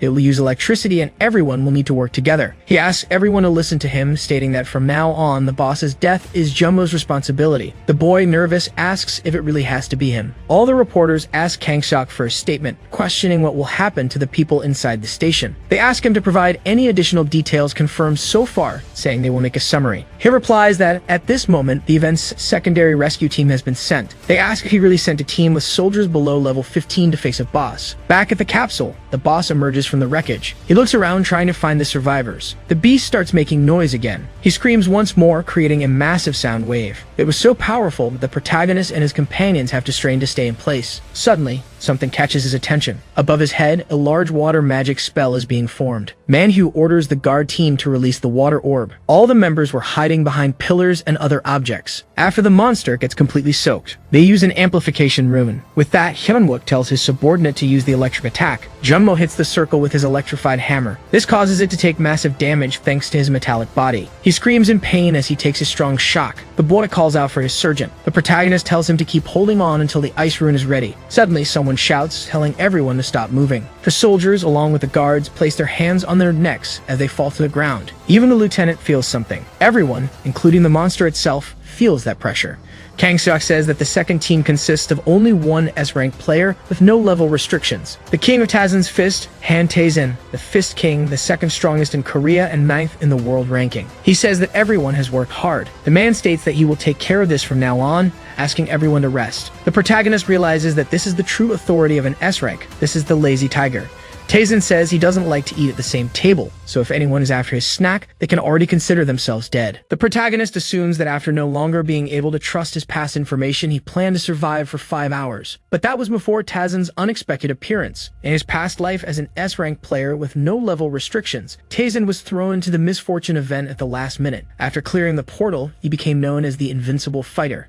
This happened after he laid his hands on the secret armor of Manan and Mac-Lur, but that would not be his fate this time. The man screams, saying he will kill anyone who tries to steal his reward. Hyunwook thanks him. After all, he won't have to give up his prize. With a sadistic smile, the lunatic says that in reality, it is Tazen who is on his plate, so he will eat his favorite meal. The boss tries to land a blow on the globally ranked player. However, he blocks the attack with a punch. The man comments that judging by the looks of it, the monster can fight, stating that he is also capable of doing so. Suddenly, his equipment begins to glow intensely. The attack was so powerful that it sent his enemy flying. The giant spider crashes against the wall. The impact is so great that everyone around has to cover their faces for protection. Taisen is surprised to see that the monster did not suffer a single scratch, admitting that the creature is stronger than he had imagined. Jumping, the man assumes that he is getting unnecessarily competitive. He uses another attack, leaving a trail of fire as he charges forward. A great beam of yellow light passes by the boss. Extremely close to its head, Taisen remarks that the spider should know it's only making things worse for itself. With that, a devastating blow is delivered, causing a massive shockwave to spread across the area. The soldiers begin to be dragged away by the force of the impact. The protagonist was being held by Seonha while a thick cloud of smoke filled the place. She asks if the boy will be okay. Even though he had his mana restored, Hyeonuk still needed treatment, but he assures her that the vice leader doesn't need to worry since he won't use his body. With that, he frees himself from her arms. The lieutenant asks what the protagonist is plotting now. That lunatic Taisen was punching the monster while laughing hysterically. He was smashing the boss with his fists. The giant spider's carapace was almost completely destroyed, but suddenly, a kind of blue electricity starts to emerge from the monster's chest plate. Seeing this, Taisen is taken aback, not understanding what's happening. Unexpectedly, the monster's chest is completely shattered. The player tries to land on the ground while being dragged backward. Hyeonuk was beside him, using his metal bending ability. The man asks if the boy has a death wish. After all, he had warned him that he doesn't like people drooling over his food. The protagonist asks if the lunatic isn't being a little dishonest in his dealings, even as an S rank. Taisen questions what he means by that. Hyeonuk states that it was the man himself who interrupted his group's hunt. The lunatic asks if the boy is implying that they would have been able to defeat the boss without his help. Meanwhile, the protagonist pros something. Irritated, the global player questions how he dares to use these tricks. The man dashes forward, trying to reach the blade before it does. The boy remarks that Taisen arrived after they had already survived the crisis point and still wants to act like a hero, assuring that he won't allow it. On the other hand, he was getting closer and closer to the protagonist's sword. The man was doing his utmost to land the final blow first. He prepares to deliver the finishing attack. Meanwhile, Hyeonuk also strives to strike the monster. However, both attacks land with only a tiny difference. The giant spider begins to collapse backward. Taisen lands another hit. With that, a massive explosion erupts. Even the protagonist has to make an effort to remain in place. A notification appears stating that someone has defeated the boss and that the area is now free of restrictions. The news reports that 5 minutes after the Fist King entered, the monster was defeated. It is informed that the event capsule is disappearing along with a loud rumble, while reports indicate that the station's situation is dire. While everyone doubted that the civilians were safe, the little girl from outside runs toward her mother. The girl asks if she's okay, questioning if her mother is hurt. The woman simply embraces her daughter, asking if she was scared and apologizing for making her worry. The woman begins to cry upon realizing that everything is okay. As the two remain there, the news announces new updates. The journalist reports that a miracle has happened. All the people at Seoul Station have survived. A notification states that after the person killed the giant venomous iron spider, a reward will be granted. Irritated, the global player looks at his system tab. He is congratulated for placing second in the subjugation, being told that a reward will be given to him for assisting in the boss's defeat. Meanwhile, the cloud sword was embedded in the monster's body. It is revealed to the protagonist that an unknown energy is being imbued into the blade. After that, it is announced that he placed first in the subjugation, and an equivalent reward will be granted. With that, he is given the secret armor of Manan and Maklur. The necklace emitted a blue glow from its jewel. In the equipment tab, it is stated that the armor is of heroic classification, increasing in level through battles along with the subspace ability. With a smile, he remarks that he managed to protect the station and still got what he wanted. Growing increasingly furious, Taisen demands that the brat explain himself. Seeing this, the protagonist is startled. He starts swallowing the object while the man asks where his reward is. Hyeonuk tells him he should be grateful for securing second place. After all, it was them who did everything from the start. The man states that killing the boss earns 7% contribution to the final reward, asserting that they did nothing. With a terrifying look, he says he had been in isolated training for 6 months, but had to come here, therefore he needs compensation. Becoming more and more intimidating, the man asks how the protagonist plans to compensate him for that. Irritated, the protagonist wonders if that guy really wants to talk about time with him. After all, he had to return to the army and do everything all over again. The lunatic continued exuding his power. He asks if the brat understands who he's dealing with. Someone tells Taisen to stay calm. Mentally, Hyeonuk states that if they were rewarded according to their contribution, no one would be able to compensate him for everything he had done. The guy starts boiling with rage as he stares at the protagonist, growing increasingly furious. Charging toward him, he calls the corporal a lunatic. With not much else to do, Hyeonuk simply closes his eyes. The battalion commander, along with Haina, arrives at the scene, asking what they are doing. The player is surprised to see her there. Confused, the protagonist also looks at the two. With a severe look, Kangseok states that the portal has already closed and questions what the King of the Fist thinks he is doing. With a smile, Hyeonuk assumes that this is the perfect moment. He grabs his opponent's equipment, thanks him, and says it was a pleasure meeting him. Taisen doesn't understand what is happening. On the other hand, the protagonist says he's leaving now. He leaves the global player behind along with the woman from the blue flower. The commander asks if the corporal is okay. Hyeonuk quickly introduces himself and assures that he was not seriously injured. The lunatic yells again, demanding his enemy to return, but the woman orders him to shut up. She says she doesn't know what's going on there, but the entire nation is watching them. She informs him that if he causes any trouble there, not even his guild will be able to salvage his reputation. Suddenly, someone orders everyone to make way. After all, the general was approaching. Surprisingly, a portal begins to open. From within the portal, an old man emerges, heading toward Taizan. The general greets the king of the fist, noting that it's strange he's still there. The lunatic continues to keep his eyes fixed on something. Jung-kil notices this and perceives the man's anger. Meanwhile, Hannah was a bit nervous about that presence. The general of the 3rd Brigade asks if there is any problem there, especially since even the guild master's daughter is present. She claims there is none, as the portal has already been closed. With a smile, the old man says that if it's the Blue Flower Guild,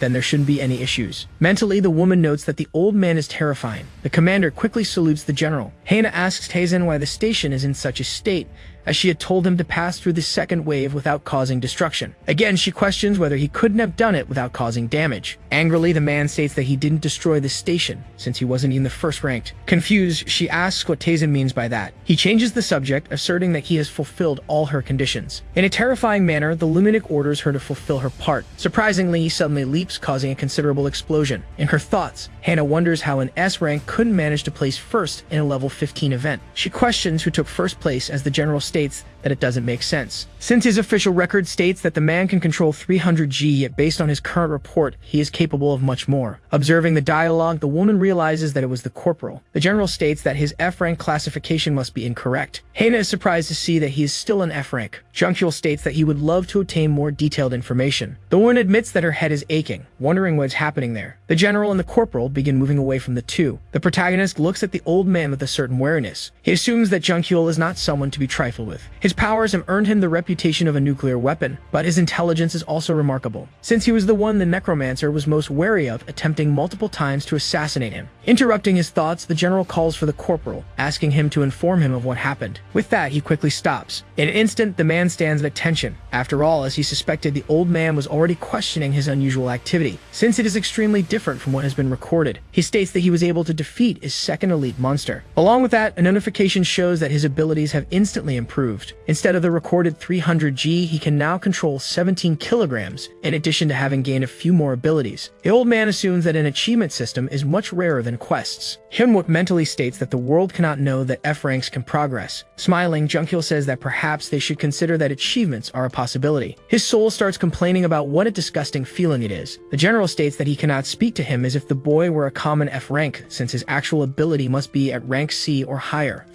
Frightened, the protagonist wonders if the old man also wants to exploit his powers. On the other hand, Jung-kil states that the corporal has done a fantastic job, asserting that he should receive a reward for it. He continues, asking if the boy wants armor or something similar, making Hyeonuk realize that if that is the case. With a wicked smile, the protagonist says that in reality he wanted a specific weapon, but perhaps not even the general could obtain such a thing. Curious, the general asks what kind of weapon it is that even he couldn't wield. Excited, the corporal says it's one of the precious pieces of equipment, affirming that it is of heroic classification. Fail not. Hearing this, Jung-kil is surprised. Suddenly, silence reigns over the place. Out of nowhere, the old man starts laughing, stating that the boy has a lot of nerve. Placing his hand on the boy's uniform, he tells him to talk again once he gets another emblem to put there. But for now, he will receive a special promotion, causing Hyeonuk to thank him euphorically. As he leaves, Jung-kil continues, stating that the boy is very lively. The protagonist admits that, just as he imagined, the old man changed the subject quickly. However, this is a relief, as he will be able to remain hidden for a while longer. A few days later, at the 1st Battalion of the 3rd Brigade, it is said that the secret armor of Manan and McAlure is being digested, and even with the furnace's efficiency at 150%, it would take 16 hours. Lying in his barracks bed, Hyeonuk states that heroic class items are very difficult to consume. Suddenly, Jumbo calls for the corporal, asking if they aren't going to train. His subordinate, Minji, asks him to help them do something other than PT. Lifting his shirt, the protagonist shows his bandages, asking if they still haven't realized that he is a patient. On the other hand, all his subordinates say that he only needed to train them. While recalling everything he has been through, he says that at least he gained something from this chain of events, the necessary confidence. Suddenly, the infirmary door opens. Everyone looks toward the new visitor. The young man introduces himself as Soldier Minte, stating that after receiving orders, he returned to the support squad at the Military General Hospital. As the boy says he is reporting for duty, Hyeonuk walks toward him, stating that even though items are important, hugging his soldier, he thanks the boy for being okay, admitting that he realized the presence of more important important things around him. Confused, Minte asks why that is. Smiling, the protagonist says the reason for all this is because he arrived just in time for training, mentally assuming that as long as he has those guys in his life, he thinks it wouldn't be bad to entrust his back to them. A phenomenon called the wave, where multiple portals appear in a specific location,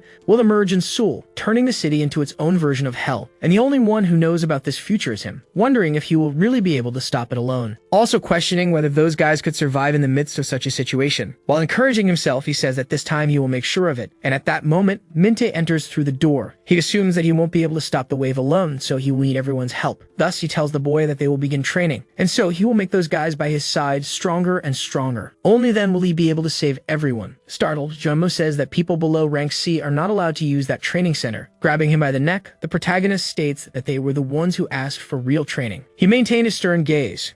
Hyunwook questions why they are so intimidated. After all, except for Junmo, everyone gained levels during the misfortune event. Disheartened, the boy says they were just the reserves back then. Even so, they need to evolve without anyone's help. Seeing this, the protagonist asks if that is the reason, affirming that, in that case, he will be the support for his subordinates. Excited, Junmo asks if the corporal will really do that. Suddenly, a gate opens while its interior remains completely dark. All members of the protagonist's team become nervous about it.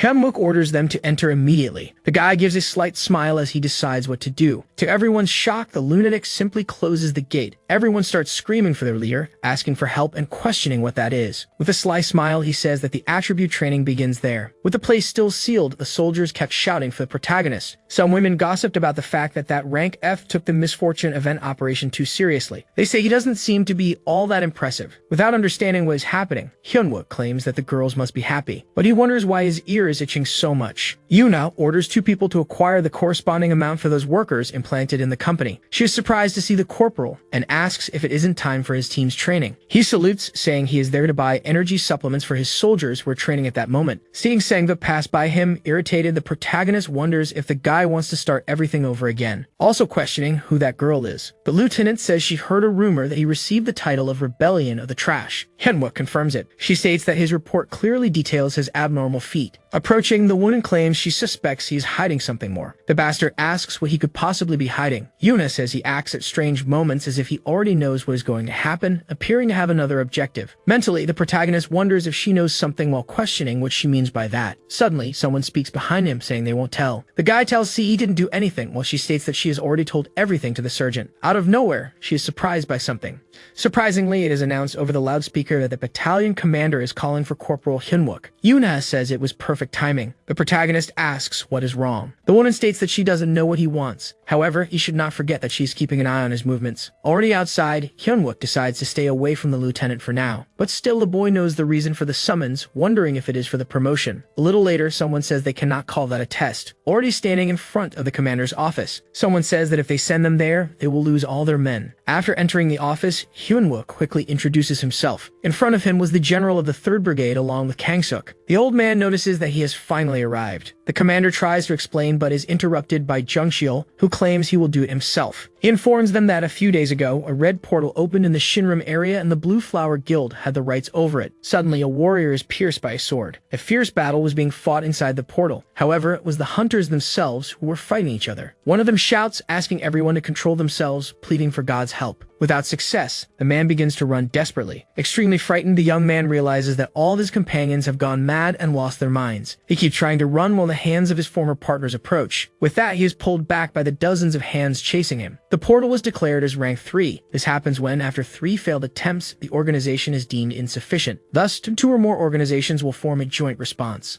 In his mind, he says he doesn't remember an incident like this in his past life. Jung-cheol explains that there is a limit of 30 players with level 18 or below, but there are zombies and also no possibility of exiting until its completion. The protagonist is shocked by this, wondering if this means the necromancer is inside. The general says the Blue Flower Guild sacrificed many of its talents. Usually, these dungeons are matters for guilds. Casting an eager look, Jung-cheol says he has faith that the corporal is the right man for the job. Suddenly, the commander calls the old man. The guy just stared at him, saying nothing besides grumbling. Calling for the corporal, Kang-suk asks if he can do it. The protagonist realizes this did not happen in his past life. Not to mention that the zombies could be related to the necromancer, so he needs to be the one to clear that dungeon. Thus, he states that he will put an end to the red portal, making the general say that the boy has courage. But before that, he has to obtain all the power he can. Surprisingly, he claims that he does not believe he can enter the portal with the weapons he currently possesses. With that in mind, he asks Jungkyul to give him Failnaught, stating that in that case, he will guarantee the mission's success. This item is an arrow used by Tristan, a character from the legend of King Arthur. Even though it is powerful, it can only be used once. Even the general could only use it as a last resort. On the other hand, someone like him who controls metal does not follow that rule. The old man looks both irritated and surprised. With a broad smile, the general says that it's a deal and he will have to face the consequences if he fails. Smiling just as much, the protagonist assures that high-risk bets bring high rewards. Normally, an executive would be sent to lead these missions. However, the general is sending him a regular soldier. This is likely due to his rivalry with the guild master, Jae-yuk. Thus, it would be a perfect victory for an ordinary soldier. The old man says he will provide the equipment, while noting that if the mission is successful, it will increase AMT's popularity along with a reward. Regardless of the outcome, this is a win-win situation for the general. Jungkyul states that he will promote him to sergeant after the dungeon mission. The protagonist thinks to himself that the old man is very clever. However, he doesn't plan to settle for just a promotion. The corporal mentions that Failmont was the promised reward last time, claiming that if he succeeds in this mission, he will request a new reward. Excited, the old man says he is quite confident, affirming that if he clears the dungeon, he promises to listen to his request carefully. The protagonist immediately assures him that he will ensure success at all costs. After some time, his soldiers were still in that dark place, gathered around the body of a monster. His subordinates comment that he arrived a little late. Jumbo says that level C training grounds are nothing, adding that they feel confident enough to face anything. With a smile, Hyeonuk orders them to prepare their armor. The soldiers become curious about the reason. To boost their morale, the corporal announces that the support group is embarking on their first solo mission. Jumbo is confused, claiming that they never wanted this. 2 days pass, and he, along with his team, is already heading toward the portal. The protagonist hands them blessed bullets, informing them that they have more recoil. Therefore, they should be careful. He also instructs them to stay alert. Everyone quickly acknowledges the order. One of his subordinates asks if their leader brought Failnaught. Hyunwook tells them not to worry about that. Inside his sleeve, the tip of the arrow was slightly visible. The dungeon assault team had arrived at the location. It was the base camp of the Blue Flower Guild. Someone mentions that before entering, the corporal needs to attend a meeting regarding operations. 2 soldiers become curious about something. They comment that those guys don't seem too happy to see them. One of the guild members calls for their leader. A soldier questions whether they are taking on too big of a burden since the support team sent consists only of low-ranking members. He adds that on top of everything, they will also find out about the recovery operation. However, Hyunwook overheard everything. Annoyed, their leader warns him to watch his mouth. Intrigued, the protagonist wonders what they mean by recovery operation. The leader states that once inside, they must abandon the AMT team and proceed independently. One of his soldiers asks what would happen if the other team didn't make it out alive, but the man replies that everyone is at risk inside the portal. Furious, he declares that the army guys need to fend for themselves since they have no other choice.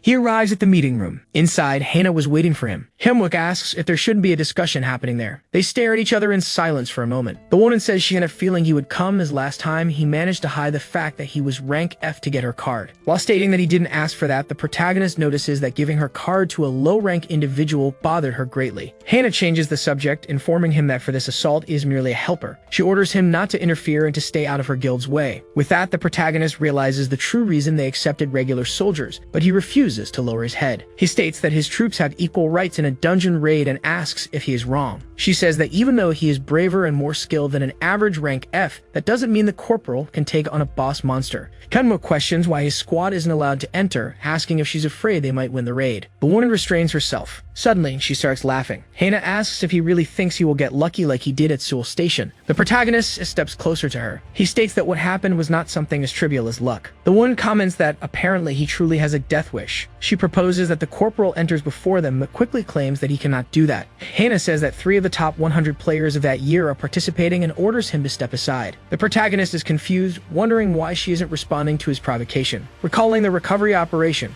Hyunwook realizes there is something he doesn't know about this mission. He calls for the woman, who corrects him, asking to be addressed as Catherine. Ignoring that, the protagonist asks if Catherine would like to make a bet with him. Hyunwook states that if he manages to reach the boss before she does, she will have to give him something he wants. With a mischievous smile, she replies that if he fails, he will have to give her his own life. He agrees while mentally stating that he will uncover everything. After all, if there is something hidden inside the portal, he needs to claim it for himself. The guild's entry is announced. As such, they position their squires. Their leader instructs everyone to leave the entry zone so the AMT soldiers can't catch up to them, ordering them all to run. After almost all the guild members enter, the corporal squad is given 3 minutes to prepare. The protagonist asks if Minte is nervous, but the soldier assures him that he's fine.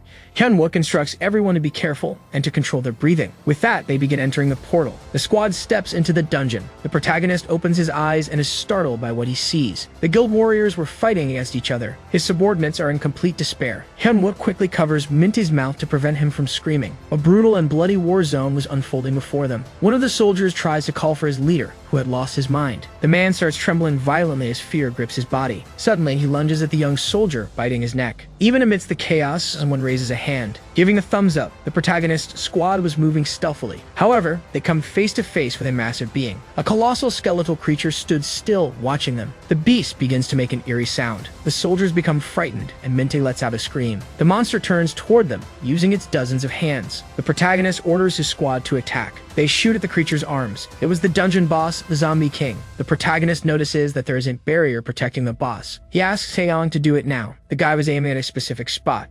However, he quickly raises his aim toward the skull's face. During training, Taeyong calls out to the surgeon, saying he has a question. He says that firearms don't cause much damage to monsters, but they still have to use them, even though they don't have significant power. The protagonist states that he is right since they wouldn't be able to deal critical damage. Even when using holy bullets against the high-level monsters of the portal, the damage dealt would be equivalent to that of rubber bullets. But the real reason they are using rifles is because of their noise. Zombies generally have terrible senses, but this does not apply to their hearing. Their weapons can't kill them, but they can confuse them. His subordinates are surprised by all of this. Because of this, the zombies won't be able to notice them. Taeyong asks what would happen if the zombies in this dungeon had other functioning senses. If that were the case, their chances of success would be practically zero, turning almost the entire squad into zombies. The soldier aims at the large skull's ear. Thanks to his sniper class, he shoots directly at the monster's ears. However, the bullets don't reach him due to some kind of barrier protecting his body. Even so, they keep shooting at the creature, trying to deal damage to it. At this moment, Minta throws some grenades near the skull. Unlike usual, some golden symbols surround the item. A large explosion occurs. The monster seems to have suffered a bit from the attack's effect. Minte struggles to protect his group with a shield against the explosion. However, a black mist begins to emerge from the undead. It passes over the protagonist's squad, moving in the opposite direction from them. It reforms behind the zombies, who start heading toward the AMT soldiers. The guild members run, trying to attack them. The soldiers see what is happening and quickly try to reposition themselves. The protagonist orders his subordinates to switch magazines. After that, he uses his ability to retrieve the weapons. Positioning them around his body, he prepares to face the horde of zombies. With some nervousness,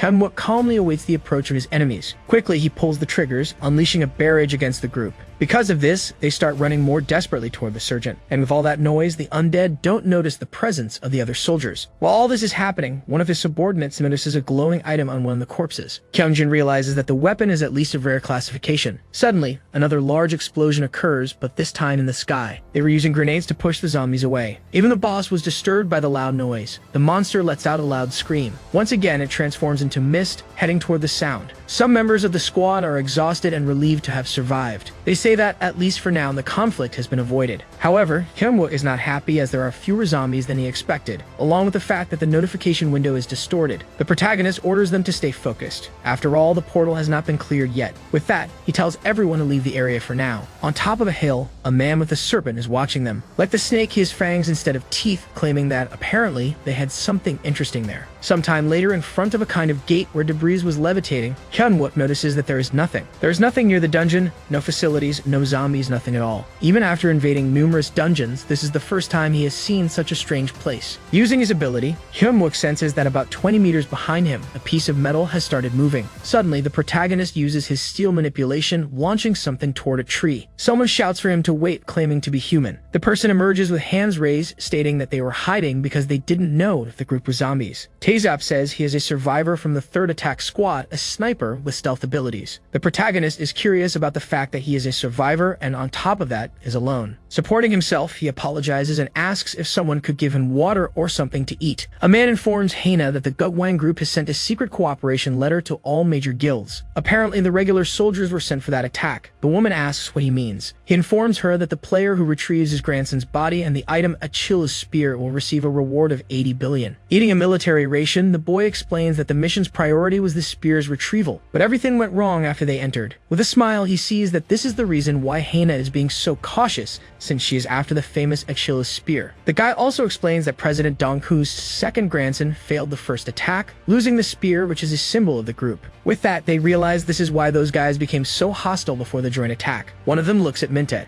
He asks his companion what's wrong. The boy quickly says it's nothing. The man was still watching them from afar, complaining about what all this was about, assuming he thought something fun had arrived, yet they were just standing there, talking and doing nothing. Suddenly, several beings start appearing behind him. The guy says that in that case, he'll have to make this fun. The protagonist notices the presence of various pieces of steel that appeared suddenly, realizing that about 120 new metals have emerged. The man with fangs starts laughing while Hyeonuk notices that the number keeps increasing, stating that this is dangerous. Surprising everyone, the protagonist orders his men to stay focused, informing them that they will proceed with Plan C. They are shocked and fearful, while the surgeon orders everyone to prepare. Thus, they begin to set up the equipment. Several metal spheres were inside one of the backpacks. He tells everyone to take their potions. Confused, Taeseop asks what's happening. The protagonist calls Jumno while invoking his power. He begins to whisper, instructing him to do something specific. As the squad finishes their planning, Taeseop asks if they are not listening to him. He questions what Plan C is, but one of the soldiers tells him to just follow them and run as fast as possible. Scared, the guy asks what he means, but at that moment, various monsters begin to rush toward them. The creatures roared as they charged toward the squad. The boy is extremely startled. Suddenly, some blessed metal spheres begin to levitate. They are controlled by the protagonist, who takes them out of the backpack and positions them around him. Hyunwook soon shouts, telling everyone to get out of there. Smiling, the mysterious man asks if the best plan they came up with was to leave a comrade behind, but he affirms that this bait will not be useful to them if it's killed in a second. However, the protagonist positions himself quickly and begins to gather air in his mouth. While running, Taeseop asks if they plan to abandon the surgeon and flee, questioning if that isn't too cruel. However, Jumbo says it was their own leader who planned this tactic. Additionally, he assures him that this man isn't irresponsible enough to fail. In an instant, the protagonist launches himself at the monsters, quickly passing through all those creatures. They look at the man with some confusion. However, the monsters start to get hit by the spheres, but they don't seem to cause significant damage. Nevertheless, the protagonist uses the ability Double the Steel. Thus, the inscription begins to glow in gold, and in the blink of an eye, a yellow light emanates, causing a small explosion. This happens to all the monsters he hit. The mysterious man watches all that chaos happening just below him, realizing that those iron spheres were infused with divine power, also capable of making a lot of noise. But this will drive the zombies crazy, attracting the attention of all the undead that had wandered off. The boss soon lets out another roar. At that moment, the protagonist is still running while hearing the loud sound coming from such a roar. Along with that, Hyunwook notices a metal with a completely different classification from the others. He notices another person among the creatures, wondering who he is, suspecting that maybe he's a villain. Next to him,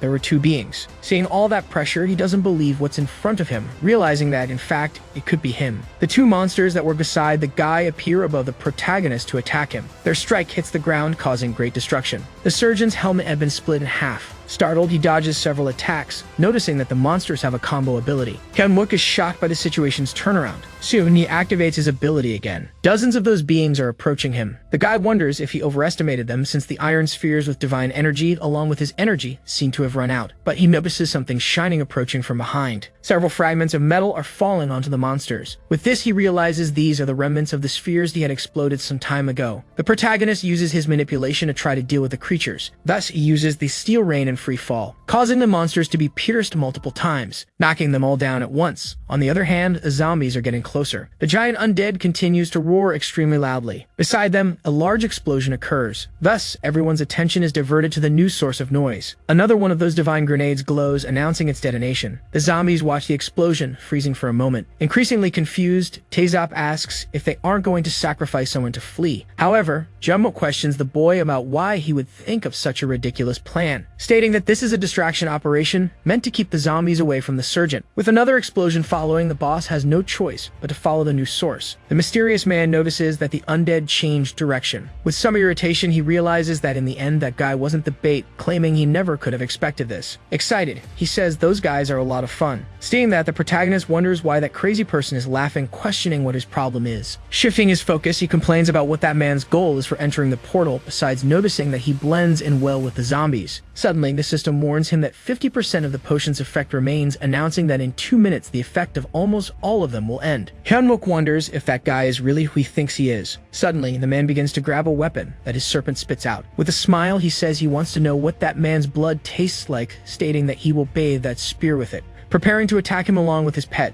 Suddenly, the protagonist says he will ask only once, questioning if the man is the necromancer. Surprised, the guy asks how he knows that. Confused, Hyeonuk wonders what kind of reaction that was, noticing that maybe he isn't. Angry, he says that if the protagonist wants a quick death, you must answer him, complaining about who he is and how he knows that. The dead zombies weren't resurrecting, and considering the reaction of that man, this can only mean one thing. With that, the protagonist states that apparently the guy is not the necromancer and asks what the connection between them is. Grinding his teeth, the man calls him a lunatic, questioning whether the boy doesn't understand the situation he's in. He calls him an irritating brat. As he prepares to attack, the man asks again how the boy knows about that necromancer, brandishing the spear toward his enemy's body. The force of the attack was so great that it even caused a small impact wave. Seeing that the boy blocked his strike, the man begins to insult him. He had gained a new ability, the unyielding steel body. Hyeonuk realizes that if it weren't for that, his arm would have been cut off. The protagonist quickly jumps back, throwing a dagger over his shoulder at the enemy's back. Surprisingly, the man notices the incoming attack. With that, he quickly defends himself, ensuring that none of these tricks will work on him. The protagonist stabilizes himself while preparing to strike again. He takes control of the metal fragments he had used to defeat the monsters. Swiftly, he crosses his arms, targeting his blades. All of them head toward the man, who braces himself to receive the attack. The serpent shields him with its body, preventing the fragments from hitting him. The protagonist gets irritated by the man's speed of reaction. Only the man's arm was struck by a few of his makeshift blades. Mentally, the man wonders if this attack pattern really belongs to someone of level 18. On the other hand, Hyeonuk realizes that, since he easily stopped his daggers, the man was definitely above the restrictions of the portal. Both ask at the same time how the other entered the dungeon. The man says that the brat is still irritating, until the end. From the hand that had been pierced, smoke was rising. Seeing that, the protagonist says that the shards with divine blessings are burning his skin, noting that this can only be for one reason. A player who devours other players. A vampire, part of the evil tribe that will annihilate the AMT once the wave in Seoul is discovered. Back to the present moment, the man says that he really has a talent for being annoying. With that, the man manages to remove all the shards from his body, as well as from his pet. The metal fragments leave marks that burn his skin. However, they are quickly healed after a short period of time. Preparing to throw out his spear, he says he'll cut 1 or 2 branches to make the boy open his trap and answer him. He sees that it is the spear of Achilles, and if its true power is awakened, he won't be able to protect himself with his indomitable steel body. Preparing to use the fail knot, he says that if he can't dodge, he'll be dead. The system notifies that in about 2 minutes, his HP potion will be exhausted. He notices this, realizing he needs to fight to defeat the man within that time. However, the man says he will destroy that trap even if he has to do it by force. With that, he charges forward, but Hyeonuk manages to jump back, avoiding being impaled. Struggling even more to avoid the strike, he throws his sword from the clouds upward. The attack causes a powerful destruction toward the protagonist. With the blade above his enemy, the hilt uses his metal manipulation. But to his surprise, the serpent defends its master. Seeing that, Hyeonuk is considerably shocked. Shaking his spear again, the man says that these tricks won't work on him. He delivers another powerful blow, which generates a kind of black lightning. While part of his armor is cut, the protagonist notices that the serpent continues to protect him from long-range attacks. The vampire continues brandishing his weapon, while Hyeonuk tries to avoid being hit. Realizing that not only can he not attack from a distance, but with his enemy wielding the spear of Achilles, close combat has become impossible. Even so, he keeps trying to avoid being defeated. The man grows increasingly irritated, saying that he shouldn't have mentioned that name since it's someone he shouldn't have any knowledge of. Using his transformation along with his manipulation, he manages to dodge upward while getting closer to a mine. Smiling, he says that in this case, he'll have to use his trump cards sooner than he expected. The protagonist asks if he asked who he was, stating that he's just a soldier. Complaining, he asks if the boy is satisfied with the answer. Furious, the man asks if he's stupid, telling the boy to just answer his question. Looking down, he sees that there's a bomb near him. With a smile, Hyeonuk says that he already figured that the man hadn't gone to the army. Suddenly, numerous zombies appear. The soldiers were hiding while that crowd passed by them. Someone tells his companion to stop as he tries to throw a grenade. Taezap says that not even the attack squad could handle them, stating that the sergeant is probably dead, assuring that their top priority should be to hide. But Jumbo says that their leader wouldn't be someone who fails so easily. Angry, the guild member questions how the man is so sure, but Hyeonuk says that they haven't received the signal yet. Still shocked, Taezap asks what signal that would be. The boy remembers when the sergeant called. He He informs that before they leave the area, the man should place a claymore mine behind them. The protagonist says that this will be the signal to inform them that he used his last resort, and when that happens, they must make sure to hide with their squad mates. And now is the moment. Hyeonuk activates the claymore. With that, its trigger is activated, causing the mine to explode. Inside, his spheres were also covered with divine energy. Thanks to that, the serpent starts being completely burned. It had quickly wrapped around its master. The vampire, surprisingly, was almost untouched, unlike his pet, which had clearly been injured. Surprisingly, the monster falls to the ground after receiving almost the entire attack. Furious, the man asks how he dares try to kill the Chosen, assuring that the Chosen would never die from a bomb. However, in front of him was the protagonist holding something shining in his hand. With that, he uses the Failmont to strike him, making his enemy be launched far away, causing the spear of Achilles to fall to the ground. Extremely shocked, the man complains about how the boy can be faster than him, to the point where he can't even see him. However, Hyeonuk remains still in the same spot after using his last resort. The item's effect tracks and attacks the target after being selected, with a 100% success rate, nullifying all magical resistance from the enemy. The protagonist admits to his adversary that the goal of the claymore was the serpent and his true trap was the arrow. Seeing that the vampire was trying to remove it, Hyeonuk says it's useless as it contains his power, making it not easy to remove. With an evil smile, the surgeon says he won't kill him quickly, as now it's his time to ask questions. Returning to his soldiers, they all witness the moment the claymore explodes. One of them calls out to Jummo, warning about the detonation.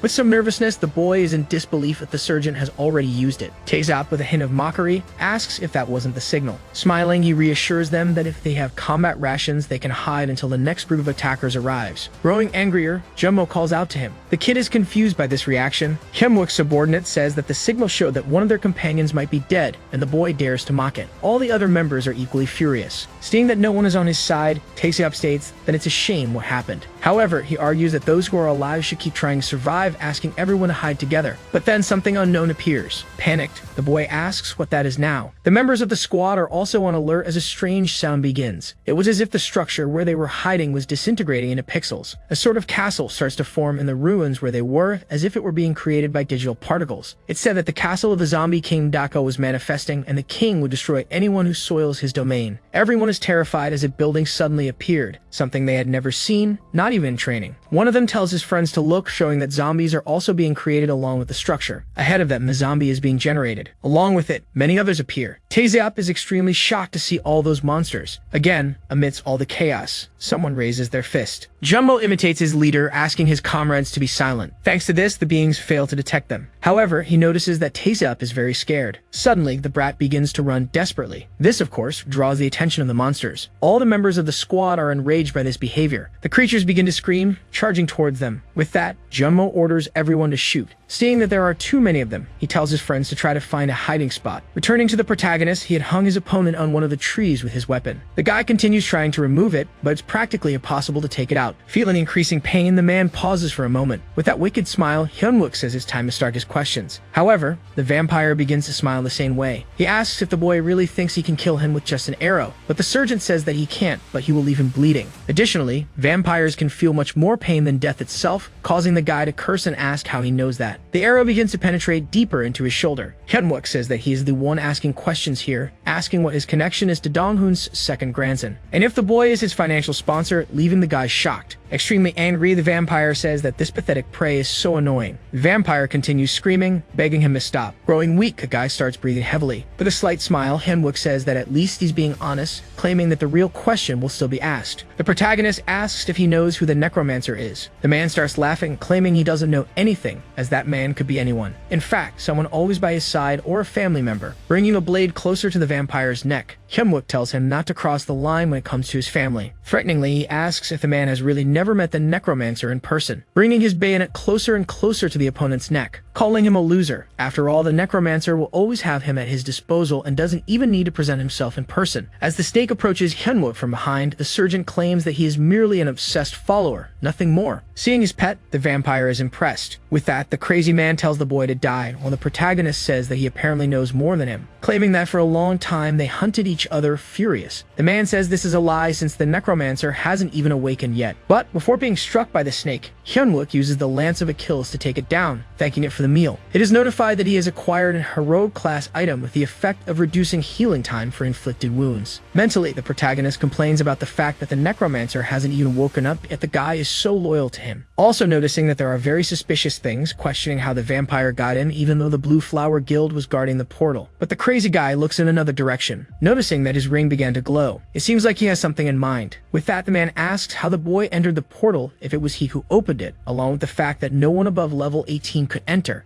Shocked, the protagonist wonders if that man really opened the dungeon, realizing that this indicates a user can control it. Laughing, the vampire says that from the look on his face, it's clear he's truly naive, informing him that the second phase will begin soon. The same particles start appearing around both of them. Still holding his opponent, Hyeonuk realizes that at this rate, not only will he lose the guy, but he will also lose the fail knot. For this reason, he stabs his opponent completely, drawing the arrow back to himself. A wall is built between them, making them lose sight of each other. At this moment, the same message appears for both of them. The castle of the Zombie King had appeared, indicating the start of the second phase. Smiling, the vampire says that after this phase ends, the portal will be successfully completed in every sense, telling everyone to experience the true terror of this world designed by him. The protagonist's subordinates were hiding from the zombies, when suddenly, a loud roar echoes through the area. The boss materializes in one of the rooms. It heads toward a white object. Suddenly, this thing transforms into two eyes. The giant undead grabs both in his hands. With that, the zombies begin to scream as two purple orbs of light appear as pupils. And so everyone starts groaning in pain. It is said that the Zombie King is the one who controls life and death, while his subordinates look at the soldiers. The ruler of light and darkness, the Zombie King, Baron Samedi. The true form of the king is proclaimed. It is declared that all the warriors turned into zombies will leave the portal and march over the outside world. Thus, he must continue to move forward to stop the rise of the true Zombie King, Baron Samedi. One of the soldiers is extremely scared, realizing that the zombies can now see them. So, he immediately starts shooting at the monsters. A large army of undead was trying to leave the main hall. Jumno alerts his attack squad that the zombies now have vision. Because of this, he will cover them so they can get out of there. The large undead looks toward the boy. He extends his arm, throwing the chain that wrapped around his body. Even though he manages to dodge, the attack causes significant destruction to the area. More of them approach, with Jumbo scared, knowing there was nothing he could do. But suddenly, another one of the blessed grenades falls into the zombie army. This explosion causes the chains to move away. His teammates rush to give him cover. He shouts, asking what Minte is doing, since he told them to leave. The boy warns that they won't last much longer. Minte holds his shield as the zombie army, along with the king, heads toward them. His companion continues shooting toward the altar. Surprisingly, Baron Samedi protects them with the barrier of his body. The young man says they can't guarantee they'll kill a teammate who is transformed into a zombie. With that, they throw another grenade, causing another explosion and defeating many monsters at once. Claiming that if their teammate is dying, they will die with him, and asking Jumbo to go to Minte right away. Extremely surprised by their reaction, the boy curses them, telling all the squad members to retreat, ordering them to throw all the remaining grenades. Someone says they will offer all their last comrades as bait to become sacrifices. The zombies try to leave the portal to explore the outside world, asking the protagonist to try and stop them. With that in mind, Hyeonuk begins to run desperately, getting closer and closer to the castle. Noticing that the sound is from the grenades exploding, realizing they are in that building. He remembers when he spoke to Jumbo, telling him that if the claymore explodes, all squad members must hide, and if he doesn't return, the leadership will fall to him. However, Jumbo cuts him off, assuring that he will be waiting for the surgeon. With a smile, the boy says he will wait for his leader with his companions, asking him to make sure to come back soon. He feels a slight shock upon seeing this, but then he gives a slight smile, assuring them he will return and that they just need to wait for him. Back in the present, he is surprised by what he sees. In front of him, some zombies are being generated. A crowd of undead waits for him. The protagonist quickly grabs the spear in his hand. He is warned that a large amount of mana will be needed to unlock the weapon's abilities, specifically 21%. Without hesitation, he unlocks the abilities. The monsters growl as they rush to attack him. Irritated, Hyeonuk tells them to shut up. After all, he has understood everything he needs, shouting that he promised to return to them, no matter the cost. With that, he launches a massive attack, causing an explosion. Inside the castle, several undead bodies are scattered across the floor. The Zombie King watches them, and the system notifies that the succession of the Baron has been interrupted. erupted. The boss looks at that system tab. Surprisingly, Samedi notices that one of the jars has disappeared, making him increasingly enraged. The protagonist's subordinates were running, and one of them asked what his companion was doing with that item in hand. Kyungjin says there's no specific reason, but it seems to be something important for the Zombie King. The monsters were trying harder and harder to catch up to them. One of them gets extremely close to him, but at that moment, someone shoots, pushing them away. Minte, along with his other teammates, clears a path so the rest of the team can stay protected. One of them says that the C4 is planted. With that, they ask the squire to take the lead. Minte positions himself, protecting his friends while various bombs are planted in the hallway. Ahead of them, a crowd of undead approaches. However, the squad activates the bombs, causing the entire hallway along with the monsters to be completely destroyed. A massive wave of flame heads toward them, but thanks to the squire, part of the fire is stopped. However, the ceiling begins to collapse. The destruction is so powerful that it opens a hole to the exterior of the castle. The undead were completely obliterated. Not much different from them, the soldiers were lying on the ground due to the collapse. Getting up, Jomo asks if everyone is alive. They stand up, assuring that they are fine. With that, they notice that apparently the zombies can't reach their group. However, they are also trapped. Since they've dealt with the most urgent issue, they just need to find an exit as quickly as possible. Otherwise, they'll run out of oxygen. But to their surprise, a large crash, followed by a crack in the wall, appears. One of the boss's chains breaks through the area. Jamo tells everyone to duck. The squad members panic as the place begins to be completely destroyed by the chains. The Zombie King is in front of the soldiers, using his power to try and eliminate them. He is a terrifying being, showing nothing but immense power. At that moment, the monster realizes that the jar he's been looking for is among them. With that, Baron Samedi opens a wide, terrifying smile, causing everyone to freeze in fear. But suddenly, someone tells him to stop. This surprises even his subordinates. Jumbo starts to laugh, saying that his leader arrived a little late. Covered in blood, the protagonist asks who this guy is and how he dares to mess with his squad. Calling the boss Bright Eyes, Hyunwook says that only he can intimidate those scoundrels. At the same time they were happy, the members of the squad were incredulous at this statement. However, he is notified that there is only 32% mana remaining, and despite what he said, he has no idea how to defeat the monster. Seeing that the boss is extending his arm and launching an attack, Hyunwook wonders if he can attack from a distance. Beside him was the other jar, and at that moment, the Zombie King becomes paralyzed, unable to attack. Confused, he wonders what's happening since the monster isn't attacking him. Jumbo calls to his companions, ordering them to open their backpacks. They place them on the ground, preparing for battle. Looking at the jar, the protagonist realizes it's probably because of that. The king begins to move, crushing his own subordinates. Lifting his foot, Baron Samedi tries to strike Hyunwook. Seeing that large attack heading his way, the sergeant becomes extremely frightened. But soon he uses his transformation and manipulation to escape the strike. With that, he begins a sequence of attacks on the boy. His chains pass extremely close to his body. They throw the potions and spheres upwards, informing the sergeant that everything is ready. The monster notices that the other squad members are doing something, so Samedi quickly points his fist toward them. The chains begin to destroy everything in their path, while Hyunwook runs parallel to them, activating the spear's ability. Another 21% of his total mana is consumed, leaving him with only 11%. Skillfully, the protagonist swings the blade. Attacking, he orders Minte to stay ahead to protect them. Thanks to that, the chains become disoriented and lose some of their strength. Using his shield, Minte manages to protect his comrades. With his steel control, the protagonist grabs one of the mana potions. A large portion of the shield was destroyed. Worried, Jumbo asks if he's okay, but the boy affirms that he is. Hyunwook drinks the potion quickly to recover his mana, being able to continue regenerating within a 5-minute period. Thus, he soon calls a bright eye. Levitating the spheres, the protagonist assures that he is his opponent. Pointing his finger, they all head toward the boss. However, all of them are stopped thanks to the Zombie King's barrier. Nevertheless, Hyunwook uses the metal bender to destroy the spheres. Thanks to the small damage caused, he throws his cloud sword. This makes the barrier begin to show some weakness, but Baron Samedi simply catches it with his hand. The protagonist notices that, as he imagined, the barrier is his biggest challenge, and if he throws his weapons without a plan, he will lose everything. The monster returns to throwing his chains at the sergeant. Hyunwook uses his body transformation to hold one of them, as he cannot retreat without showing weakness to his men. His companions continue to try to defend themselves as the enemy's attacks hit several points. Still dodging the strikes, the protagonist realizes that his succession hasn't been completed yet, meaning there must be a visible flaw. While the Zombie King screams,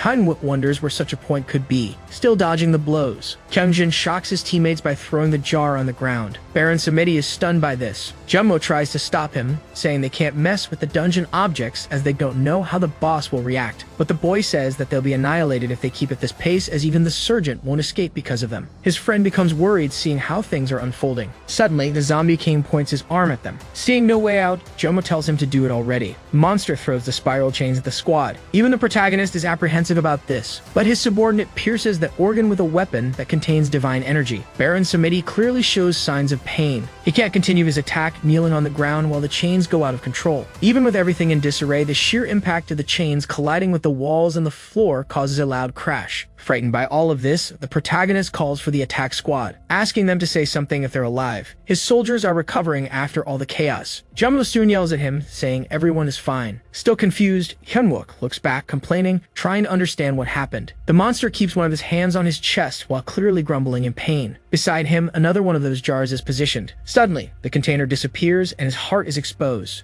Hyunwook is surprised to see this. He looks toward his men, noticing that there's a sword with divine power embedded in an organ. It's at that moment he realizes it's a lung. Suddenly, the zombie king uses his power to reach for his heart, letting out a loud scream. He screams extremely loudly as his heart is placed back in his body. Everyone has to cover their ears because of the high sound. This causes the succession to forcibly restart with a 66% progress. He continues screaming while a purple power emanates from his body. The system notifies that the incomplete death spirit is beginning to run through the zombie king's body, increasing the level restriction. With a sadistic smile, the protagonist says that he has found his weak point, realizing that those jars serve a similar purpose. These are the canopic jars made to store the organs of mummies, and since he is one, his heart must contain his spirit. He affirms that his heart is his greatest weakness, and that's why he'll use his low guard, since thanks to his barrier, the boss is overly confident and this could work. Throwing his weapon, Hyunwook claims that this is his chance. As it hits the barrier, the weapon begins to be contained. However, upon hitting the target, all of the enemy's magical resistance is nullified. Thanks to that, the barrier is pierced and his heart is impaled. The monster is shocked to see this. It is said that the Demon King's body is healing rapidly due to the effect of the succession. With that, Baron Samedi gives a wide smile. On the other hand, the protagonist quickly grabs his spear to throw it. He tells the worm not to laugh, assuring him that the real attack is coming. The Achilles spear is an item with the effect of causing wounds that become difficult to heal. Hyunwook says that this will put an end to all the nuisance of his healing ability, and as he throws the blade, he activates the effect. The weapon passes through all the chains as it is enveloped in black energy. It strikes the boss's heart, causing great pain. Suddenly, the small energy expands very abruptly. This causes excruciating pain, making him scream desperately. He tries to use another ability, but as a final act, the monster launches his chains. And to his misfortune, Hyunwook is out of mana. With nothing left to do, Hyunwook accepts that this will be his end. Even without the ability to use skills, he dodges the attacks without needing his mana. But another attack was already approaching him. However, Minte manages to protect him with his shield. Surprised, the protagonist asks what he is doing. His companion does not respond, only generating a barrier with his ability, making it possible for him to withstand the blows. He starts to be dragged backward. However, the attacks suddenly cease. His subordinate asks if the surgeon is okay. Still shocked, the protagonist asks if this ability is new. He recalls the moment when they faced the boss at the beginning of the portal. After they separated during that break, Minty managed to evolve. Since they entered the dungeon, his ability leveled up at an extremely fast rate. The last time he blocked an attack from the Zombie King, his level increased, granting him a level 1 magic shield. At that moment, he didn't quite understand how it worked. The protagonist says he shouldn't have relied on an ability he had never used before, stating that the boy nearly died. A bit embarrassed, his companion says he only wanted to protect him. Calming him down, Hyunwook says he understands but emphasizes that it is his responsibility to protect the squad. The boy thanks him, but the surgeon tells him that they should only say that once they get out of there. Interrupting the conversation, the boss screams again. He is notified that due to constant damage, the reset was cancelled. Both of the protagonist's weapons were causing constant damage to the Zombie King. Another notification appears saying that the incomplete spirit of death is invading the body and that he will soon return to being a corpse. With that, the monster begins to feel an excruciating pain. Minty positions his shield to try to protect them from the large wave of wind being expelled. As a final act, Baron Samedi launches his chains to attack them. They both begin to lose balance due to the fears generated. However, the chains hit various different points, showing that Samedi is completely losing control. Hyunwook notices that the monster can no longer control his body, but is still making an effort to attack them. As if he wanted to take them down with him, Jumbo tells some of his companions to block as much of the creature's view as they can. They start shooting at the large undead. As expected, the barrier was containing all the attacks. They say they will keep doing this until the Surgic recovers his mana, executing the disturbance operation. One of the chains hits the ground right next to one of the soldiers. Worried, Hyunwook orders them not to do anything too risky. Jumbo asks for their leader to let them buy some time so that the protagonist can land the final blow. Thus, the surgeon becomes even more surprised by his companions. While they attack, the system notifies that his mana is being recovered, currently at 6%. Baron Samedi continues to desperately use his chains, trying to eliminate them at all costs. With his mana still at 12%, Hyeonuk can only watch his companions dodge the blows with extreme difficulty. The protagonist becomes increasingly frustrated, seeing that his mana is recovering too slowly. One of them shouts that they are out of ammunition, and the surgeon's mana only reaches 19%. One of the attacks passes extremely close to him, causing the boy to lose his weapon. On the other hand, Hyeonuk begins to walk toward the zombie king. He grabs the creature's attention, claiming that he is its true enemy. In the blink of an eye, the surgeon disappears, and begins to move between the chains, trying to shorten the distance between them. Using his manipulation, he pulls the Failmont arrow from Samedi's heart. In return, he starts controlling the Sword of Clouds. The protagonist realizes that in order to defeat the zombie king, he will need to destroy the 3 jars that contain its organs: liver, brain, and eyes. Thus, he will destroy the only one left, the eyes of the giant Baron Samedi. Grabbing the sword in his hands, Hyeonuk leaps toward the monster's face. To break through the barrier, he summons his arrow. Thanks to its negation ability, the giant's protection begins to crumble. In addition to clearing his path, the protagonist uses it to pierce the other eye of the creature. Preparing to destroy what's left, Hyeonuk tells the monster to stop acting shamefully and to behave like a true king. Striking the blow, he tells the zombie king to go to hell. As it falls, he is notified that the blade is consuming an unknown liquid. With the last organ destroyed, the giant monster falls backward, causing a strong tremor. The squad members are startled as they protect themselves from the huge shockwave. The system congratulates him for killing the great zombie king, Baron Samedi. At the same time, his companions cannot believe they managed to defeat a boss of that level. Thus, everyone begins to celebrate that victory. In addition to the blade absorbing the monster's blood, the protagonist grabs a crown that had been dropped by it. This was the Crown of Light and Darkness, a mythological class item that increases resistance to necromancy, along with a blocked resource. Hyeonuk says he has never seen that in his past life. Moreover, it has a special characteristic. Suddenly, the entire castle begins to collapse. Everyone is notified that the destruction of Ndako, the now kingless castle, has begun. Jummo calls for the surgeon, extremely startled. Seeing that situation, the protagonist realizes they didn't even get the chance to explore for points and items. He orders everyone to evacuate, stating that the structure is collapsing. His soldiers run out as fast as they can. Unlike when it was formed, he doesn't disappear into particles. On the contrary, he starts to crumble as if there is no turning back. One of the pillars falls toward the soldiers, but fortunately, they manage to escape. Even so, they collapse on the ground panting. Another tab appears, informing that they have completed the dungeon and that the portal will be closed. After that, the portal's exit opens again. They begin to run while the protagonist tells them not to stop. The exit was at a considerable distance, but all the squad members are desperate not to get trapped. Outside, Catherine was talking to a man preparing the next group of 30 players at level 53 or higher. They discussed the possibility of the Gowang group stopping supporting them. Surprised, both noticed the portal was closing, incredulous that the last attack squad had actually succeeded. However, the protagonist, along with his team, jumps out, being the last to exit just moments before the closing. Heina, along with the man, is shocked by this. All the soldiers are happy they survived. Suddenly, Hyeonuk calls the AMT squad, congratulating them for doing a great job and announcing that from now on,